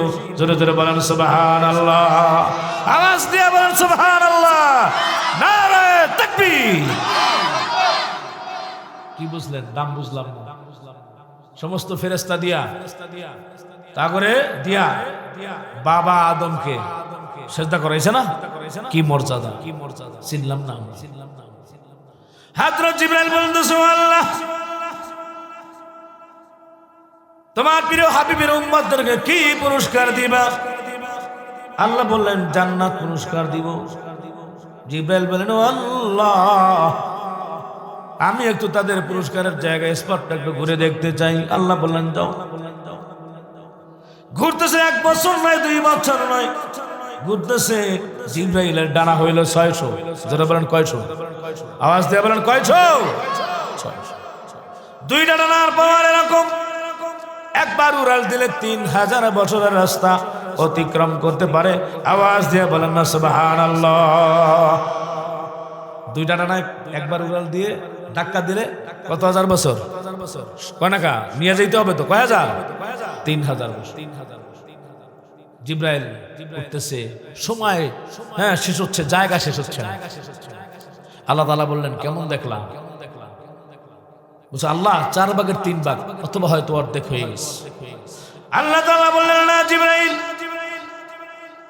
তোমাকে জানা দেওয়া হইল 600, 2টা ডানার পাওয়ার 3000 বছর রাস্তা অতিক্রম করো। 1 বছর নয়, 2 বছর নয়, 600 ডানা দিয়া যদি 3000 বছর পর্যন্ত উঠতে থাকো, জান্নাতের এই পাশ থেকে ওই পাশে যাইয়া শেষ করতে পারবা না। ধরে বলেন সুবহানাল্লাহ। जिसने दुनिया अज बढ़ाए मोमेना गुलजार जन्नत बरोए काफिरा काफिरेरा कारे दुनिया खुशबुआ मोमिनेरा कारे उकबा खुशबुआ। সম্মানিত ভাইয়েরা আমার, সেই নামাজ সারা যাবে? আর যারা বলেন সারা যাবে। সেই জান্নাত পুরস্কার আমাদের হবে। আমরা সেই জান্নাত পেতে চাই কি চাই না? আর যারা বলেন চাই কি চাই না? আলোচনা মনে আছে তো? হযরত খুবাইব বিন আদি রাদিয়াল্লাহু তাআলা আনহু কাফেরদের সামনে কি বলছিল? আওয়াজ দিয়ে বলেন কি বলছিল? 2 রাকাত নামাজ। এই তো আলহামদুলিল্লাহ আপনারা ভালো শ্রোতা, মনে আছে। যখন খুবাইব বিন আদি রাদিয়াল্লাহু তাআলা আনহুকে বলা হলো শেষ ইচ্ছা তোমার আছে নাকি? খুবাইব বিন আদি রাদিয়াল্লাহু তাআলা আনহু বলল দিবা নাকি 2 রাকাত নামাজ পড়ার জন্য? যাও তাড়াতাড়ি পড়ো। এবার খুবাইব বিন আদি রাদিয়াল্লাহু তাআলা আনহু ওযু করে মাওলার সামনে নামাজ পড়তেছে, চোখের পানি পড়তেছে। আল্লাহ, মনে হয় জীবনের শেষ নামাজ, আর মনে হয় নামাজ পড়তে পারবো না গো আল্লাহ। নামাজ পড়তেছে আর মনে করতেছে কাফের বেঈমানেরা মনে করবে মৃত্যুর ভয়ে খুবাইব বিন আদি মনে হয় দেরি করতেছে, কিন্তু কাফেররা জানে না খাঁটি ইমানদার মুত্তাকি আর মুমিন তারা কখনো মৃত্যুকে ভয় পায় না। আওয়াজ দিয়ে বলেন ঠিক না বেঠিক? তারা মৃত্যুকে ভয় পায় না। শহীদ ওসমান হাদি দুনিয়া থেকে বিদায় হয়ে গিয়েছে। কি মৃত্যু! আহ, সম্মানিত ভাইয়েরা আমার, প্রিয় হাজিরিন, খুবাইব বিন আদি রাদিয়াল্লাহু তাআলা 2 রাকাত নামাজ পড়তেছে। সাফওয়ান ইবনে উমাইয়া আর সে সময় হযরতে সাঈদ বিন আমির আল-জুমাহি সেও ছিল তাদের লিডারের একজন। দেখতেছে চারদিক থেকে কেউ এরকম ভাবে তার পুরো শরীর থেকে মেরে গোশত টুকরো টুকরো করতেছে, আলাদা করতেছে। আল্লাহর কাছে বলতেছে, আল্লাহ যারা আমাকে নির্যাতন জুলুম করে হত্যা করতেছে, আল্লাহ তুমি তাদের নামগুলি গুনে গুনে রাখো, তাদেরকে তুমি ধ্বংস করে দিও।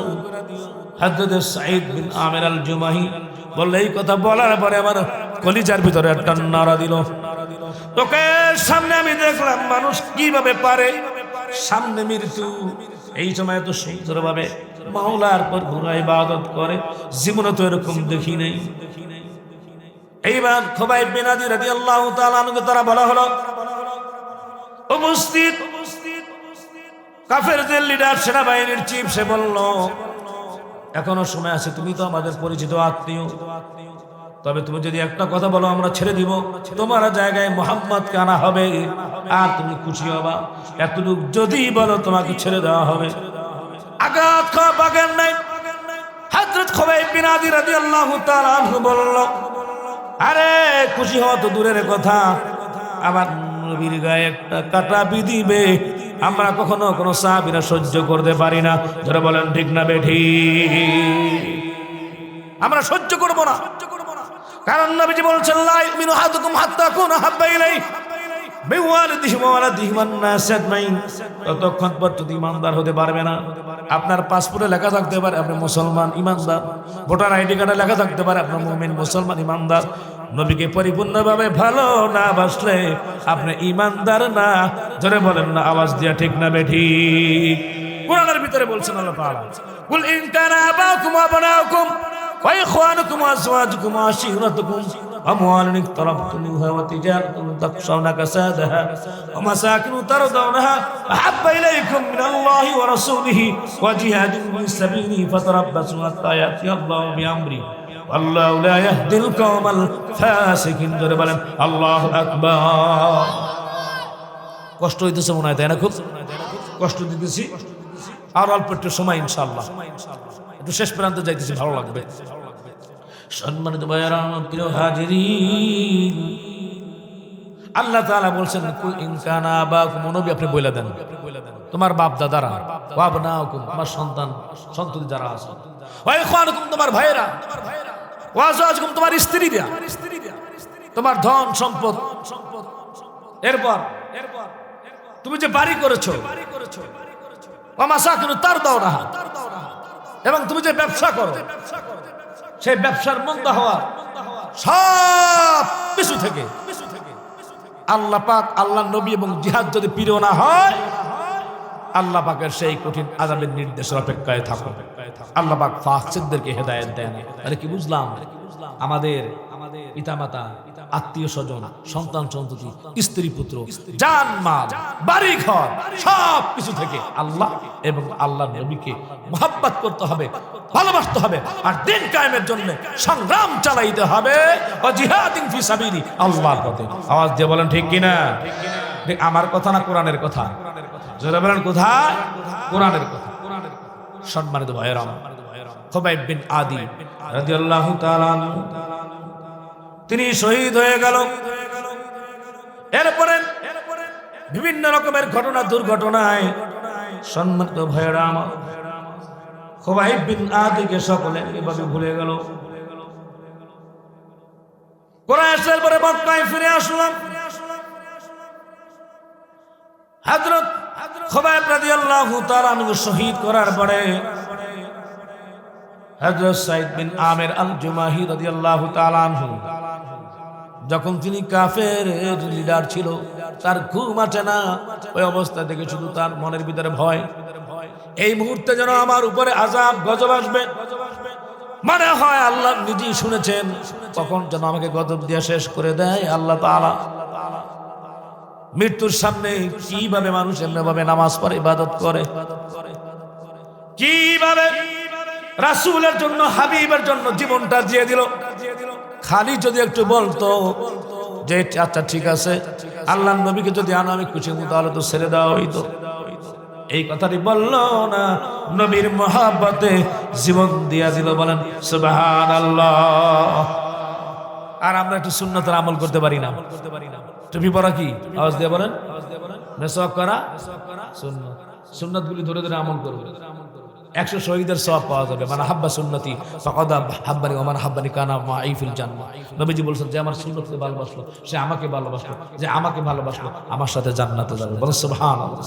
মান তামাসসাকা বিসুন্নতি ইনদা ফাসাদি উম্মতি ফালাহু আজরু মিয়াত শাহিদ। নবীজি বলেছেন উম্মতের উপরে ফিতনা ফাসাদ আসিবে যখন ভোর 100 শহীদের সওয়াব মিলিবে, ধরিলে সুন্নাত মোর 100 শহীদের সওয়াব আল্লাহ আমলনামায় দিয়ে দিবেন। বলেন সুবহানাল্লাহ। সম্মানিত ভাইরা আমার, হযরত সাঈদ বিন আমির রাদিয়াল্লাহু তাআলা উপস্থিত সকলকে বলল, বিশাল জনসমুদ্রের সামনে তোমরা যে পাপ করতেছো সেই পাপ থেকে তওবা করলাম, আমি এর মধ্যে নাই। তোমরা যে মূর্তি পূজা করো পূজার সাথে আমি আর নাই। আমি তোমাদের সামনে ডিক্লেয়ার দিলাম যা ইচ্ছা আমাকেও করো। লা ইলাহা ইল্লাল্লাহু মুহাম্মাদুর রাসূলুল্লাহ। সকলে বলেন সাল্লাল্লাহু আলাইহি ওয়াসাল্লাম। এরপরে মদিনায় এসে নবী করিম সাল্লাল্লাহু আলাইহি ওয়াসাল্লামের সাহচর্যে তিনি থাকতে থাকলেন। খায়বার সহ অনেক যুদ্ধে তিনি অংশগ্রহণ করেছিলেন। সম্মানিত ভাইরা আমার, হযরত সাঈদ বিন আমির আল জুমাহি রাদিয়াল্লাহু তাআলা আনহু, সিদ্দিক আকবর রাদিয়াল্লাহু তাআলা আনহু, হযরত ওমর ফারুক রাদিয়াল্লাহু তাআলা আনহু, দুই খলিফার জামানায় তরবারি কোষ মুক্ত করে তিনি কাফেরের বিরুদ্ধে ইসলামের পক্ষে তিনি যুদ্ধ করেছেন। বলেন সুবহানাল্লাহ। হযরত ওমর ফারুক রাদিয়াল্লাহু তাআলা আনহু যখন খেলাফতের মসনদে আসলেন, সাঈদ বিন আমির আল জুমাহি রাদিয়াল্লাহু তাআলা আনহু উপদেশ দিতেছে হযরতে ওমর ফারুক রাদিয়াল্লাহু তাআলা আনহু। জোরে বলেন কাকে? ওমর ফারুক রাদিয়াল্লাহু তাআলা আনহু। হযরত সাঈদ বিন আমির আল জুমাহি বলতেছেন, হে ওমর, মানুষের ব্যাপারে তুমি আল্লাহকে ভয় করো, আল্লাহর হুকুম পালন করতে যাইয়া কোন মানুষকে ভয় করবা না। আওয়াজ দিয়ে বলেন সুবহানাল্লাহ। আর জোরে বলেন সুবহানাল্লাহ। মানুষের ব্যাপারে আল্লাহকে ভয় করো। তুমি যে বাদশা, তুমি যে খেলাফতের মসজিদে বসেছো, আমিরুল মুমিনিন, কোন জুলুম অত্যাচার কইরো না। বলতেছে সাঈদ ইবনে আমির আল জুমাহি রাদিয়াল্লাহু তাআলা আনহু, তবে আল্লাহ পাকের নির্দেশ পালন করতে চাইয়া কোন মানুষকে ভয় পাবা না। বলছেন কে? আওয়াজ দিয়ে বলেন কে বলছেন? সাঈদ বিন আমির আল জুমাহি রাদিয়াল্লাহু তাআলা আনহু বললেন, আনুগত্য করতে যে স্রষ্টার নাফরমানি করা যাবে না। ঠিক কিনা যারা বলেন? মসজিদ কমিটিকে আমি মেডিসিন দিয়ে যাচ্ছি এই কোরআন থেকে, যেহেতু মসজিদকে কেন্দ্র করে আজকের মাহফিল। আল্লাহ তাআলা বলছেন, ইন্নামা ইয়া'মুরু মাসাজিদাল্লাহি মান আমানা বিল্লাহি ওয়াল ইয়াউমিল আখির ওয়া আকামাস সালাহ ওয়া আতাজ যাকাত ওয়া লাম ইয়াখশা ইল্লাল্লাহ। জোরে বলেন সুবহানাল্লাহ। যারা মসজিদ আবাদ করবে, মসজিদের যারা কমিটি হবে, তাদের সিফাত গুণাবলী থাকবে। 1 নম্বর, নামাজ কায়েম করবে। ঠিক কিনা যারা বলেন? নামাজ পড়বে না, খালি কায়েম করবে। আমাদের ঢাকা শহরের কথা কই আর কি, অনেক কমিটি আছে নামাজই পড়ে না। জোরে বলেন কি পড়ে না? ঈদের দিন সকালবেলা খুব গরম, মসজিদে আইসা জানামাজ লগেরটা লয়ে লইছে, ওরার লগে লয়ে আইছে দুইটা।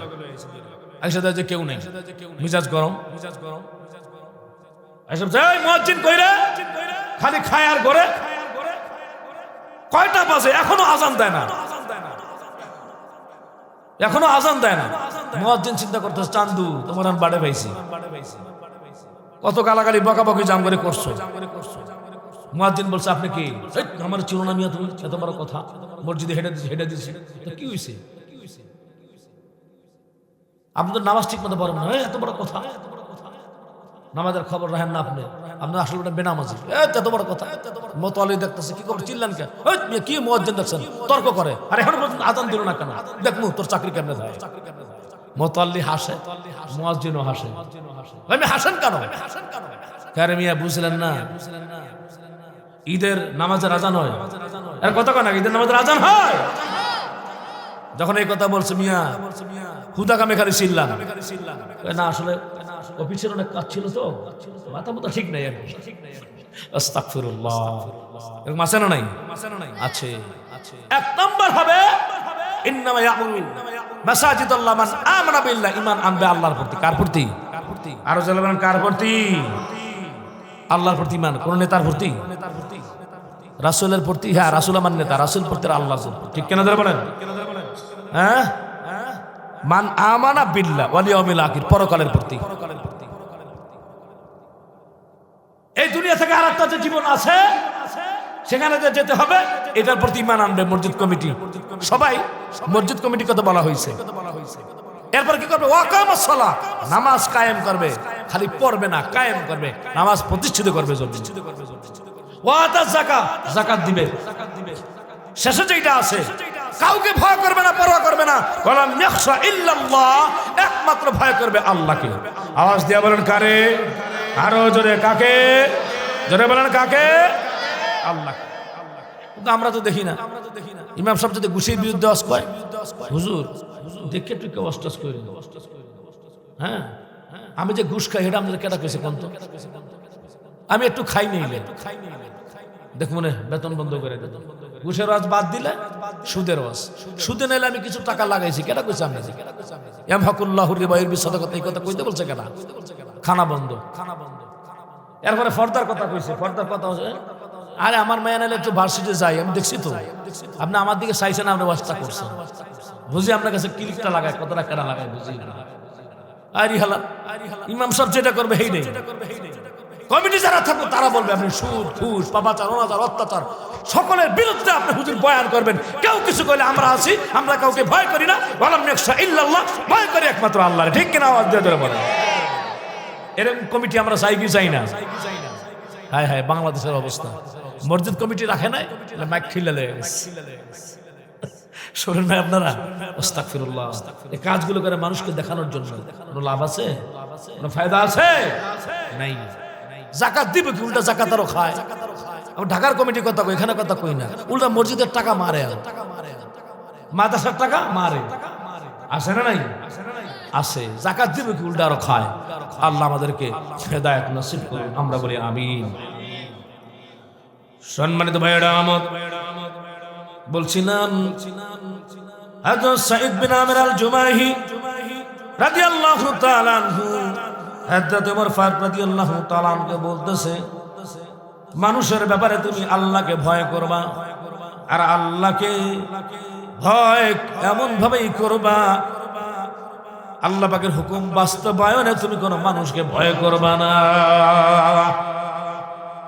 হযরত ওমর ফারুক বললেন, সাঈদ ইবনে আমির আল জুমাহি, আপনাকে একটা দায়িত্ব দিতে চাই, হেমসের গভর্নরে আপনি দায়িত্ব নেন। হযরত ওমর ফারুককে বলে, ফাউদরি মাফসাই দোয়াও চাই, আল্লাহর দোহাই লাগে এই ধরনের দায়িত্ব আমাদেরকে দিও না। বলেন না সুবহানাল্লাহ। দায়িত্ব তারা নিতে চায় না। হ্যাঁ, আর আমাদের বাংলাদেশে একজন কাউন্সিলর, একজন চেয়ারম্যান, একজন মেম্বার ইলেকশনের ভিতরে 1.5 কোটি 2 কোটি টাকা খরচ করে, ঠিক কিনা যারা বলেন? হায় হায়, তারা দায়িত্ব নিতে চায় না, কান্দে।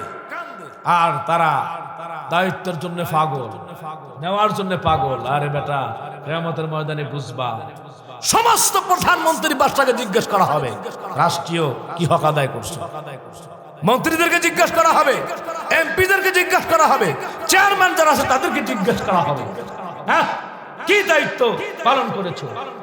অথচ যারা প্রতিনিধি হবে, যারা সামনে সংসদ সদস্য আসবে, তাদের দায়িত্ব একটু বলি। সামনে ক্যামেরা আছে, মিডিয়া আছে। আল্লাযীনা ইম্মাক্কান্নাকুম ফিল আরদি আকামুস সালাহ ওয়া আতাউয যাকাত ওয়া আমারু বিল মারুফ ওয়া নাহাউ আনিল মুনকার। আল্লাহ তাআলা বলছেন, জমিনে আমি যাদেরকে দায়িত্ব দিব, কর্তৃত্ব দিব, 1 নম্বর তাদের দায়িত্ব নামাজ কায়েম করা, নামাজ কায়েম। সুবহানাল্লাহ। ওয়া আতা যাকাত, যাকাত দিবে, সৎ কাজের আদেশ, অসৎ কাজের নিষেধ করবে। এটা হচ্ছে তাদের দায়িত্ব, প্রাথমিক দায়িত্ব। আল্লাহ তাআলা বলছেন। এখন কি ক্যান্ডিডেট যারা আছে তারা কয়, যখন ভোট চায় যে আমরা নামাজ কায়েম করব, আমরা যাকাতের ব্যবস্থা করব, সৎ কাজের আদেশ করব, অসৎ কাজের নিষেধ করব, এটা বলে? বলে না। কারণ বললে হেরা মনে করে কি ভোট পাবো না। চিন্তার কোনো কারণ নাই। বাংলাদেশ আগের জায়গায় নাই। আস্তে আস্তে বাংলাদেশের মানুষ বুঝতে শিখেছে ইসলামের মধ্যে শান্তি, ইসলাম ছাড়া বাংলার মানুষ আর কিছু চায় না। আওয়াজ দিয়ে বলেন ঠিক কিনা? এখন মানুষ বুঝতেছে আস্তে আস্তে, ঠিক কিনা যারা বলেন?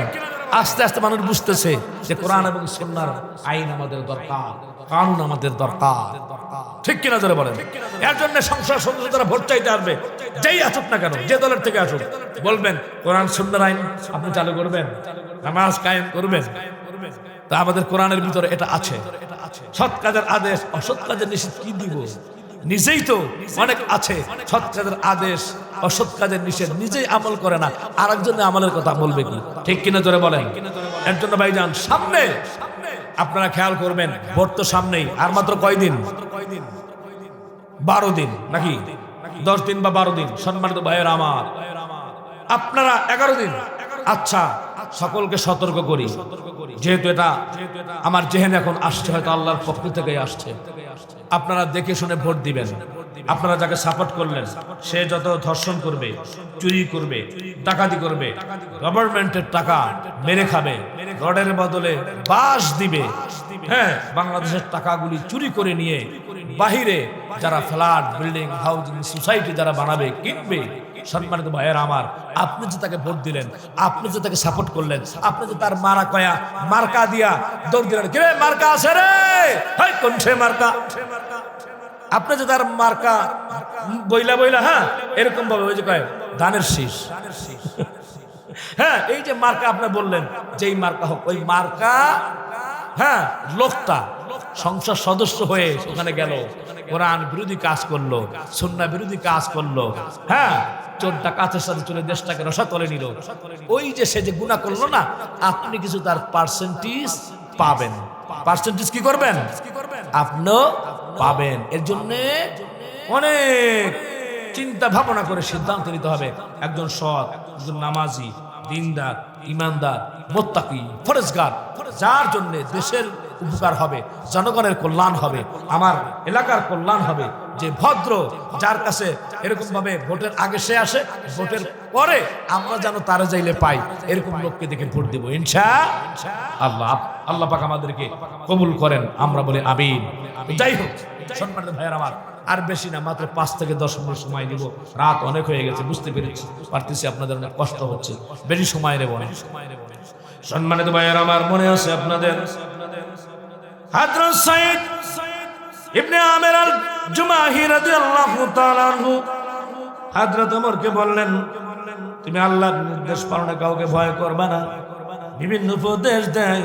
হযরত ওমর বলতেছে, আপনাকে আমি হেমসের গভর্নর বানাতে চাই, দোয়া চাইলে আমি দোয়া চাই, আমি মাপ চাই, আমাকে কোনো দায়িত্ব দিও না, দায়িত্ব যদি কোনো অবহেলা হয় মাওলার দরবারে জবাবদিহি করতে হবে। তাদের কি ভয় ছিল? সম্মানিত ভাইয়েরা আমার, হযরত ওমর রাগ হয়ে গেলেন, আমাকে খেলাফতের দায়িত্ব দিয়া, আল্লাহর দোহাই দিয়ে তোমরা আমার থেকে দূরে সরে যাও, এটা কেমন কথা? হযরত ওমর বলল, আমাকে যদি আমিরুল মুমিনিন হিসেবে মানো, আজ থেকে তোমাকে আমি বললাম হেমসের গভর্নর আমি বানাইলাম। গভর্নর বানানোর পরে হযরত ওমর ফারুক রাদিয়াল্লাহু তাআলা আনহু বললেন, বাইতুল মাল থেকে আমি কিছু বেতন ভাতা তোমার জন্য নির্ধারিত করতে চাই। হেমসের গভর্নরের দায়িত্ব দেওয়ার পরে সাইদ বিন আমির আল জুমাহি রাদিয়াল্লাহু তাআলা আনহু বললেন, কোনো বেতন ভাতার দরকার নাই, রিজিকের মালিক আল্লাহ, আল্লাহ আমার রিজিকের ফয়সালা আল্লাহ রাব্বুল আলামিন করবেন, বলেন সুবহানাল্লাহ। তারপরও বেতন ভাতা দিয়েছে হযরতে সাইদ বিন আমির আল জুমাহি রাদিয়াল্লাহু তাআলা আনহুকে, তিনি তা নিজের জন্য খরচ করেন নাই, খুব কষ্ট করে জীবন যাপন করেছে, দারিদ্রতার কষাঘাতে তার জর্জরিত জীবনটা ছিল। সম্মানিত ভাইয়েরা আমার, কিছুদিন পরে হেমস নগরীতে যখন হযরতে ওমর ফারুক রাদিয়াল্লাহু তাআলা আনহু গেলেন আর বললেন, তোমাদের এখানে যারা গরিব আছে, দারিদ্র আছে, তাদের একটা লিস্ট আমার কাছে দাও। সকলে একটা লিস্ট ধরায় দিল। লিস্টের প্রথমে যার নাম, তিনি হচ্ছেন সাইদ বিন আমির আল জুমাহি রাদিয়াল্লাহু তাআলা আনহু। জোরে বলেন সুবহানাল্লাহ, আওয়াজে বলেন সুবহানাল্লাহ। আর আমরা দেখি উল্টা, কি কোন ঠিক কিনা? হ্যাঁ, সব থেকে, হ্যাঁ, জনগণের টাকা এদিক দিক দিয়ে মাইরা, হ্যাঁ, সব থেকে বড় লোক, পয়সাওয়ালা। আঙ্গুল ফুলে কলা গাছ হয়ে গেছে মিয়া, ভাত খাইতে ভাত পায় নাই, ইট দিয়া বিছাইয়া তারপরে ঘুমাইছে ঢাকা। এখন হাজার হাজার কোটি টাকার মালিক, ব্র্যান্ডের গাড়িতে চলে, আছে না? এরকম বলে। আল্লাহর কাছে জবাবদিহি করতে হবে। বেজার হইতেছেন আপনারা? যখন লিস্ট আসলো, 1 নম্বরে দেখে সাইদ বিন আমির আল জুমাহি। ওমর ফারুক রাদিয়াল্লাহু তাআলা আনহু বললেন, সাইদ বিন আমির আল জুমাহি এটা আবার কি? বলছে আমাদের গভর্নর। আমাদের হায় হায়, কি বুঝলেন? চিন্তার কথা না? দেখেন এই এলাকার সংসদ সদস্য, সরকার থেকে একজন ভিজিটর আসলো, বললো তোমাদের এখানে গরিব কে বলো? এখানকার লোকেরা কয় যে আমাদের এমপি সাহেব সব থেকে গরিব। সে তো অবাক হয়ে যাবে, কয় কি এমপি সাহেব গরিব আবার কেমনে? হযরত ওমর ফারুক রাদিয়াল্লাহু তাআলা আনহু চোখের পানিগুলো ছেড়ে দিলেন, কাঁদলেন, বুঝতে পারলেন নবীর সাহাবী তো তারা। ইন্নাল্লাহ আশতারা মিনাল মুমিনিনা আনফুসাহুম ওয়া আমওয়ালাহুম বিআন্না লাহুমুল জান্নাহ। তারা নিজের জানমাল দিয়ে আখিরাতকে কিনছে মিয়া। আমরা তো দুনিয়ার লাগা পাগল। আর দুনিয়া খুলিকাত লাকুম, ভাই দুনিয়ার যা কিছু আছে আমাদের জন্য সৃষ্টি করা হয়েছে। ওয়া খুলিকতুম লিল আখিরা, আল্লাহ বলছেন, আর তোমাদেরকে সৃষ্টি করা হয়েছে পরকালের জন্য। এখন আপনারা চিন্তা করেন ভাই, এই যে দুনিয়ার স্থায়িত্ব, এটা মনে হয় 500 বছর নাকি 1000 বছর? আচ্ছা, দুনিয়ার স্থায়িত্ব যতদিন থাকুক, এই দুনিয়ার স্থায়িত্ব শেষ হবে না নাকি থাকবে? আরো যারা বলেন থাকবে না, শেষ হবে। আচ্ছা, আখিরাতের 1 বছর, 1000 বছর, 50,000 বছর, 50 কোটি বছর, বুঝতে পারছেন?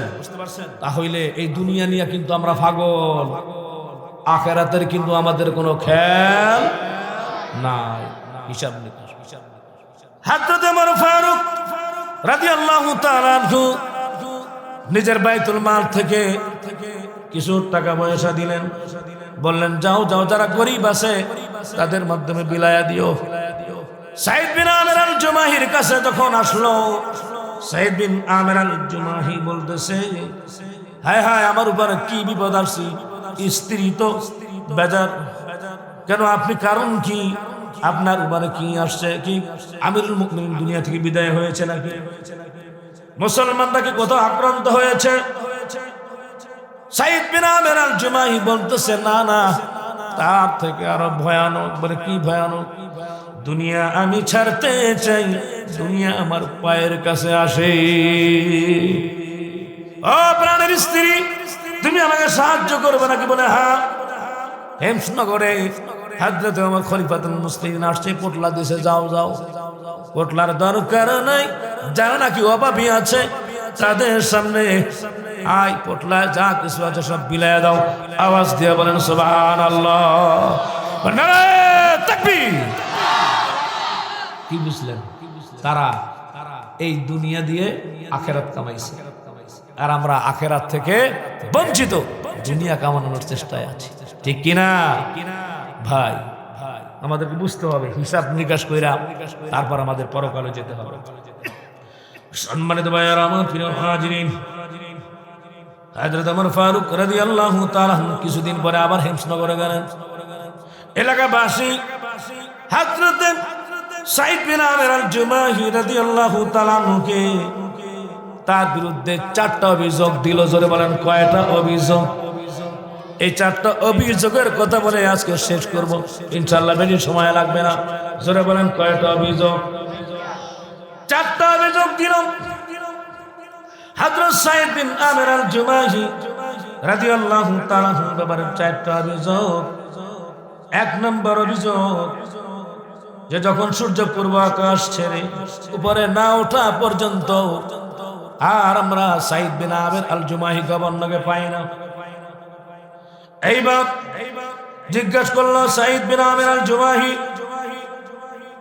তোমার ব্যাপারে অভিযোগ আসছে, তুমি পূর্ব আকাশে যতক্ষণ পর্যন্ত সূর্য না আসে ততক্ষণ পর্যন্ত তোমাকে কেন পায় না? তার কারণ কি? এই অভিযোগের কারণ কি? কিছুক্ষণ চুপ থাকার পরে বলতেছে, আল্লাহর শপথ, আমি এই কথা বলতে অপছন্দ করি, কিন্তু আমার বিরুদ্ধে একটা অভিযোগ আসছে, এর জন্য আমি বলতে চাই। সাইদ বিন আমির আল জুমাহি বলতেছে, কেন সূর্য পূর্ব আকাশে আসার পরে আমার যেতে হয়, কারণ আমার ঘরে কোনো চাকর নাই বাকর নাই, আমি নিজ হাতে গম আমি নিজে পিষি। খেয়াল করেন, একজন গভর্নর নিজের হাতে কি করে? গম পিষে। গম পিষে তারপরে রুটি বানাই, রুটি বানায় নিজেও খাই, সন্তান স্ত্রী তাদেরকেও দেই। এর জন্য আমি আসতে পারি না। জোরে জোরে বলেন না সুবহানাল্লাহ। 2 নম্বর অভিযোগ, 2 নম্বর অভিযোগ হলো তিনি রাতে কারো ডাকে সাড়া দেন না, দিনে সাড়া দেন, রাতে কারো ডাকে সাড়া দেন না। কারণটা কি? হযরত ওমরের কাছে যখন বিচার আসলো, ওমর জিজ্ঞেস করলো, সাইদ বিন আমির আল জুমাহি বলতে চাইছিলাম না, দিনে আমি আমার রাষ্ট্রীয় কাজে আমি ব্যস্ত থাকি, রাতের বেলা আমি মাওলার ইবাদতে সারা রাত কাটায়া দেই। বলেন সুবহানাল্লাহ, আওয়াজ দিয়ে বলেন সুবহানাল্লাহ। আমাদের দেশে উল্টা। গুলশান বাড়িদার যারা বড় লোক আছে না, হ্যাঁ, আপনি তো দিনে কাজ করেন, তারা রাত্রে কাজ করে, রাত্রে ঘোরে।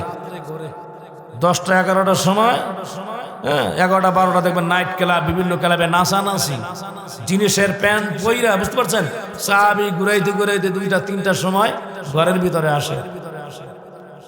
সাহেব ঘরের বস কয় ভাত দাও, মদ খাই আয়া কয় বুয়া সাহেবকে ভাত দাও, আমি একটু ঘুমাবো। এরপরে সে ঘুমাইতে ঢুলতে যায়। এই বড় লোক কথা বলতেছি। আর আমগো গ্রাম, আপনাদের গ্রাম এলাকার মেয়েরা কত ভালো, দেখেন কোন সময় স্বামী আসবে তাকায় দেখে, সাজ্জা মুজ্জা, কারেন্ট না থাকলে পাখা দিয়ে বাতাস দেয়, আমি দেরি হয়েছে লোকে ফোন দেয়, বারবার খোঁজ খবর নাই। কি বলেন ঠিক না? তবে গ্রামে এসব ভাইরাস ঢুকছে, ফোন আসার পরে ফোনের কারণে কত মানুষের যে সংসার শেষ হয়ে গেছে। ঠিক না বেঠিক? আল্লাহ হেফাজত করবে। 2 নম্বর অবজেকশন, আমিরুল মুমিনিন, রাতে আমি মাওলার ইবাদত করার জন্য আমি কারো কোনো খোঁজ খবর নিতে পারি না, দিনে আমি আমার রাষ্ট্রীয় কাজে সময় দেই। আর আমাদের দেশে উল্টা, দিনে সময় দেব কি, রাত্রে ইবাদত করব কি, রাতে তারা বেশি বেশি কইরা সিগারেট খায়, মদ খায়, আরো যা কিছু খাওয়ার খায়। আপনারা বুঝালন, আমি কইলাম না, মিথ্যা কথা কইছি? এই হচ্ছে অবস্থা আমার।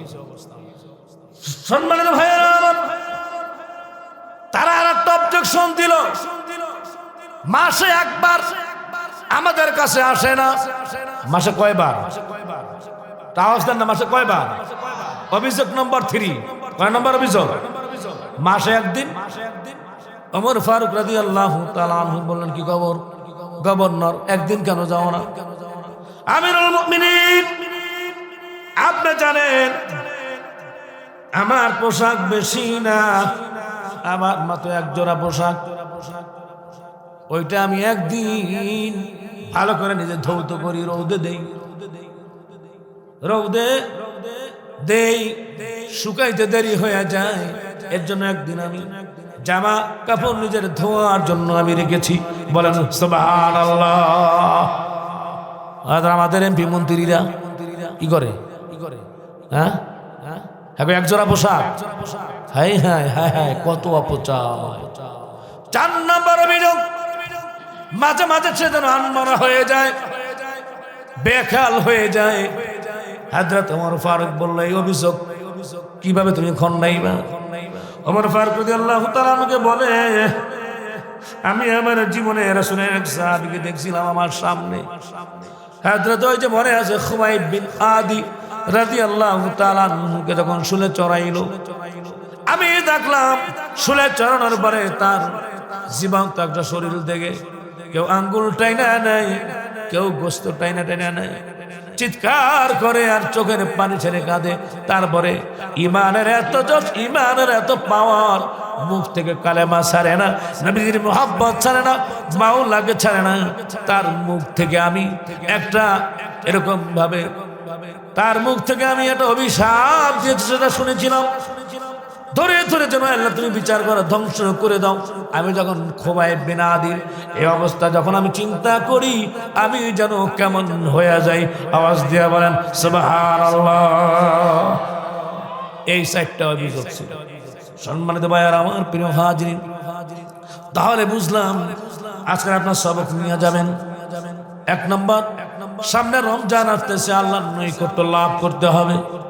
কেউ চিনুক আর না চিনুক, আল্লাহর সাথে সম্পর্ক। এই দুনিয়ার ভিতরে মানুষের সাথে মানুষের সম্পর্ক হলে মিয়া টাকা লাগে, গাড়ি লাগে, পয়সা লাগে, সবকিছু লাগে।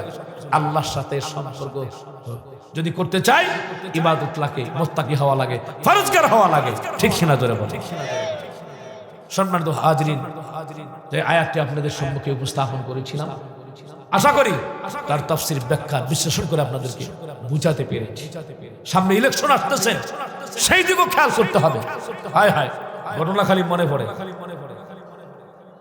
কয়লামু আলহামদুলিল্লাহ, এই যে না, সারা রাত তো আর বলা যাবে না। ঘটনার একটা মনে পড়তেছে, যেহেতু সামনে ইলেকশন, সামনে ইলেকশন, আপনারা কেমন নেতা করবেন, সিলেকশন, এই কথাটা বলে শেষ করে দেয়।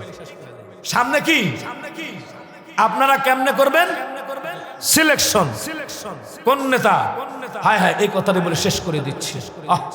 আবু বকরের জামানায় একটা ঘটনা, ইতি সিদ্দিক আকবর রাদিয়াল্লাহু তাআলা আনহু, ওই সময় একজন মহিলা বিধবা, মহিলা কি বিধবা মহিলা।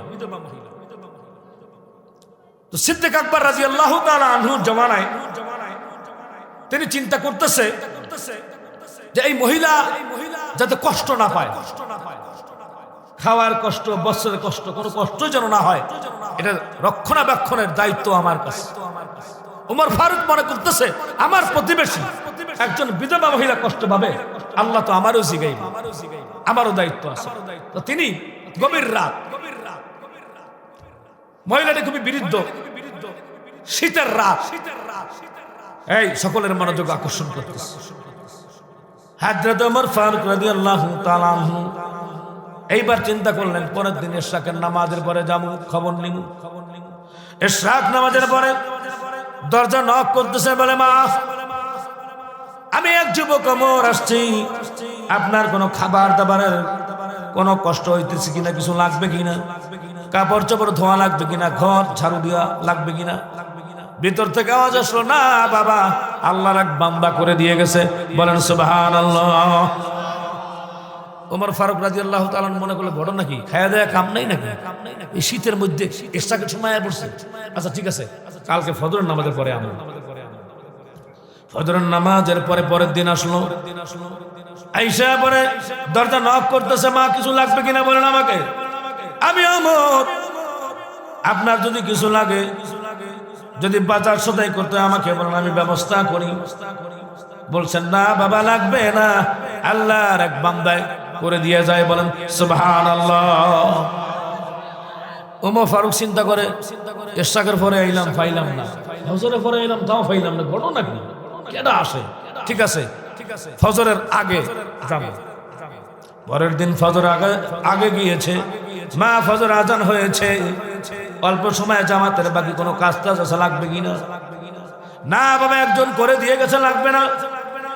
হযরত ওমর ফারুক রাদিয়াল্লাহু তাআলা আনহু বললেন, ঘটনা কি, এত রাত্রে কে আবার আসে, কালকে আমি ঘুমাবো না, দাঁড়ায় দাঁড়ায় তাসবিহ তাহলিল পড়বার আমি পাহারা দেবো, বলেন সুবহানাল্লাহ। পাহারা দিতেছে হযরত ওমর ফারুক, রাত প্রায় 4টার মতো বাজবে, 3টা 4টা, ফজরের অনেক আগে তাহাজ্জুদের সময়, দেখতেছে কলা গাছের মতো কি যেন দেখা যায় আসতেছে, তাবাস করে ধরছে পিছনে। আপনি কে, চাদর সরান, অন্ধকার দেখা যায় না, চাদর সরাইছে, দেখছে আর কেউ না, হযরত সিদ্দিক আকবর রাদিয়াল্লাহু তাআলা আনহু, বলেন সুবহানাল্লাহ। আপনি আসছেন, কোন আওয়াজ নাই, কিছু নাই, পায়ের জুতা কই? সিদ্দিক আকবরকে জিজ্ঞেস করতেছে, পায়ের জুতা কই? সিদ্দিক আকবর বলতেছেন, পায়ের জুতা নাই, এর জন্য আমার পায়ের জুতার আওয়াজে যদি কোনো পর্দার ঘুম ভেঙে যায়, কিয়ামতের ময়দানে ঘুম ভাঙ্গার কারণে আসামি হইয়া মাওলার দরবারে দাঁড়াইতে হবে, এর জন্য আমি জুতা পাউস দিয়ে আসি নাই, আমি এরকম ভাবে খালি পায়ে এসেছি। জোরে জোরে বলেন না সুবহানাল্লাহ।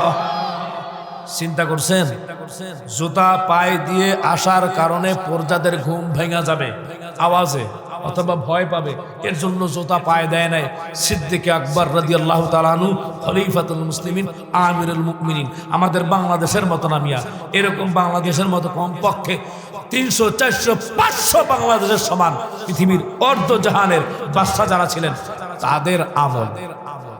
আর আমাদের দেশে কি হয়, ভিআইপি যাবে, ভিআইপি ওই জায়গায় লাশ নিয়ে কান্না করতেছে, ওই জায়গায় অ্যাম্বুলেন্সে হুইসেল বাজাইতেছে, ইমার্জেন্সি অপারেশন না করলে রোগী মারা যাবে, ভিআইপি যাবে। ভিআইপির কারণে, ভিআইপির তাণ্ডবে কত মানুষের চাকরি চলে গেছে, কত মানুষ দুনিয়া থেকে বিদায় হয়ে গেছে রাস্তা আটকাইয়া, তারপরে ভিআইপি সম্বর্ধনা। ঠিক কিনা জোরে বলে? ইসলাম যদি জমিনে আসে ঠিকই কোরআন সুন্নাহ অনুযায়ী আলহামদুলিল্লাহ জনগণের সাথে ভালো ব্যবহার করা হবে। ইসলাম ছাড়া শান্তি নাই, ইসলাম ছাড়া মুক্তি নাই। আল্লাহ পাক আমাদেরকে বুঝে শুনে আমল করার তৌফিক দান করেন, আমরা বলি আমিন। দুরূদ শরীফ পড়ি। আল্লাহুম্মা সাল্লি আলা মুহাম্মাদ ওয়া আলা আলি মুহাম্মাদ কামা সাল্লাইতা আলা ইব্রাহিম ওয়া আলা আলি ইব্রাহিম ইন্নাকা হামিদুম মাজিদ। اللهم بارك على محمد وعلى آل محمد كما باركت على إبراهيم وعلى آل إبراهيم إنك حميد مجيد। استغفر بري أستغفر الله الذي لا إله إلا هو الحي القيوم وأتوب إليه لا حول ولا قوة إلا بالله العلي العظيم।